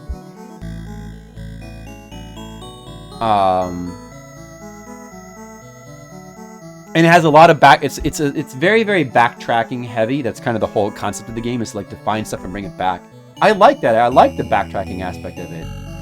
But I just wasn't sure if I was going to be that into it. But yeah, the more I played it, the more I liked it. Especially once I got down to like the deepest area is like so... It's such a different feeling going down to that deepest area. Like the game starts to be all about like juggling your different things that you have, your different equipments, and like trying to figure out like what are the best ones for each job, and like there's I don't know, the atmosphere of that like deepest area is so cool. I really like that third area in Porgy a lot. I would even say it rose that, I don't know, Porgy is really good. It's at least an 8 to me. Maybe an 8 is about right. It's kind of more atmospheric music of Porgy fits it pretty well, I feel like, too. Yeah, this music is quite good. I really like Porgy. I really like overall, I liked it more than I expected to. Like, by a lot. By a lot. Oh, I beat Onion Delivery now. We can put a big fat yes here. So it was fun to check out Party House, but the next stream we've got to do Caramel. That game needs to be played. I'm not going to rate Party House yet. Onion Delivery, I feel I played 10 hours now. I don't know. I don't think going for the cherry is going to change my rating of it. This will be the last one we talk about for now. Because we don't have enough to talk about with Party House. But, well, the Party House seems extremely good. But Onion Delivery is a really cool game. It's not my favorite. It's a very intense game. Almost too intense. It's probably, like, of all the UFO 50 games so far, the controls are, like, the hardest to kind of get a handle on. Because it's just the controls take a lot of finesse. Oh, it does have some really good music. This music would be probably in the top 5 tracks. It's probably the top 5 music. Maybe top 10, I don't know. Oh, really good. Oh, I should rate Night Manor as well, because that one I fully finished. I'll rate that one. This music is so good. I really like the music in this game. This game, even though, like, it's a hard game to control and kind of get a feel for the control, it's one of these games where, like, you don't learn the controls, you need to master them. The controls demand mastery, and that's not a bad thing for a game like this. But it does make it a very demanding game. It's very demanding on your brain. Not a bad thing. It's a cool game. For the type of game that it is, it's cool. Even though I think it's too intense, probably, for a lot of people. And too demanding with, like, in terms of the controls as well. But I will say that, like, once you start to get a handle of the controls, they do start to feel really good. Like, when you're, like, learning the map, I'm glad it's not procedural. I'm glad the map is... I like the map design. Despite what I think Traductus said. I like it. I like that the map demands some learning. I think that's cool. Once you start to learn the map and you start to learn the controls, the game starts to get really satisfying. It feels really good when you're like understanding the routes and playing well. It feels really good. So it makes, like, I think as a skill-based game, it's one of the better games in the whole package. Like, it has the highest skill ceiling. It's potentially one of the most satisfying to learn. But it takes a lot of effort to get there. Snowfall map uses Stockholm Syndrome. No. You have... Oh, that's right. Stockholm Syndrome. That's that thing where you pretend like there's some sort of disease attached to people who have different opinions than you. Right? Like, you think that this is good even though I don't like it? You must have a disease. Yeah, that's what that is, right, Traductus? It's a good technique. Like, pretend like different opinions are like it's a disease. It's pretty good, right? It's fun. No, actually, the map is good. The map is good. It's good that it's good that it's static. It's good that it's not procedurally generated, because that would have been awful if it was procedural. But the fact that you can learn it makes it, and it's not a bad thing. Like, the map, I think it's a good balance of a lot of stuff is obvious and pretty easy to navigate, and then there's some stuff that's tough to navigate. And it's I don't know, some good, I don't know. I mean, is it perfect? No, I don't know. Maybe it could be improved in some ways, but it's a good map. It's good. I like the design of the map. I like that it is very satisfying, like, once you learn it. Like, it adds to the, and it was like I was saying before, like, games with hand designed maps have a kind of fun that procedural games don't. Like, being able to memorizing is a good thing in games. Like, being able to, like, learn level design and learn maps and like internalize that, and then have that, like, increase your ability to play the game well is satisfying. It's fun. Generally, it's a good thing. And definitely Onion Delivery, like, it benefits from that style of design. And I think it benefits from, like, having, like, I think its controls are good. It's good. Is it my favorite? No, but, like, it is maybe a little too intense even for me. It's a game I would come back to, even if I'm going to have to come back to it anyway to Chariot, but I would come back to it anyway. It's good. It's a very good game. And man, dude, the music is so good too. I don't know. The music should maybe be a 9.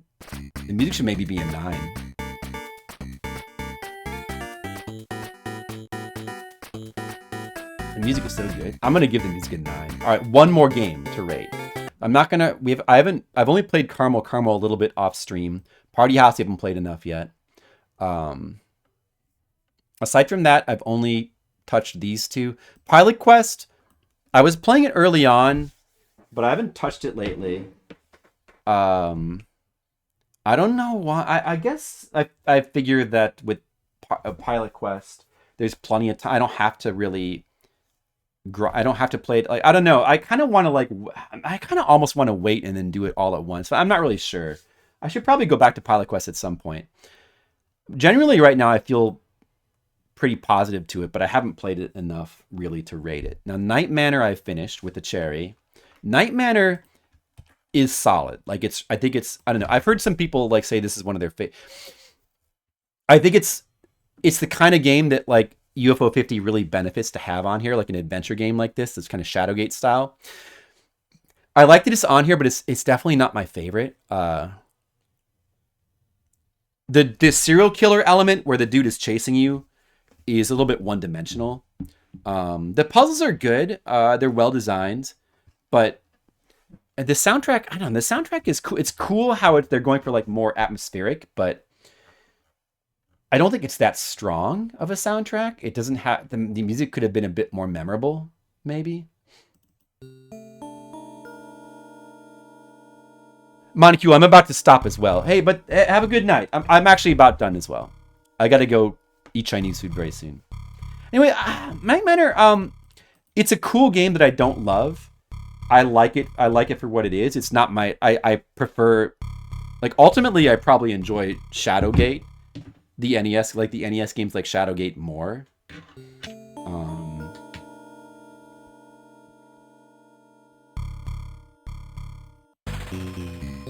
Yeah, I don't know. The soundtrack is like...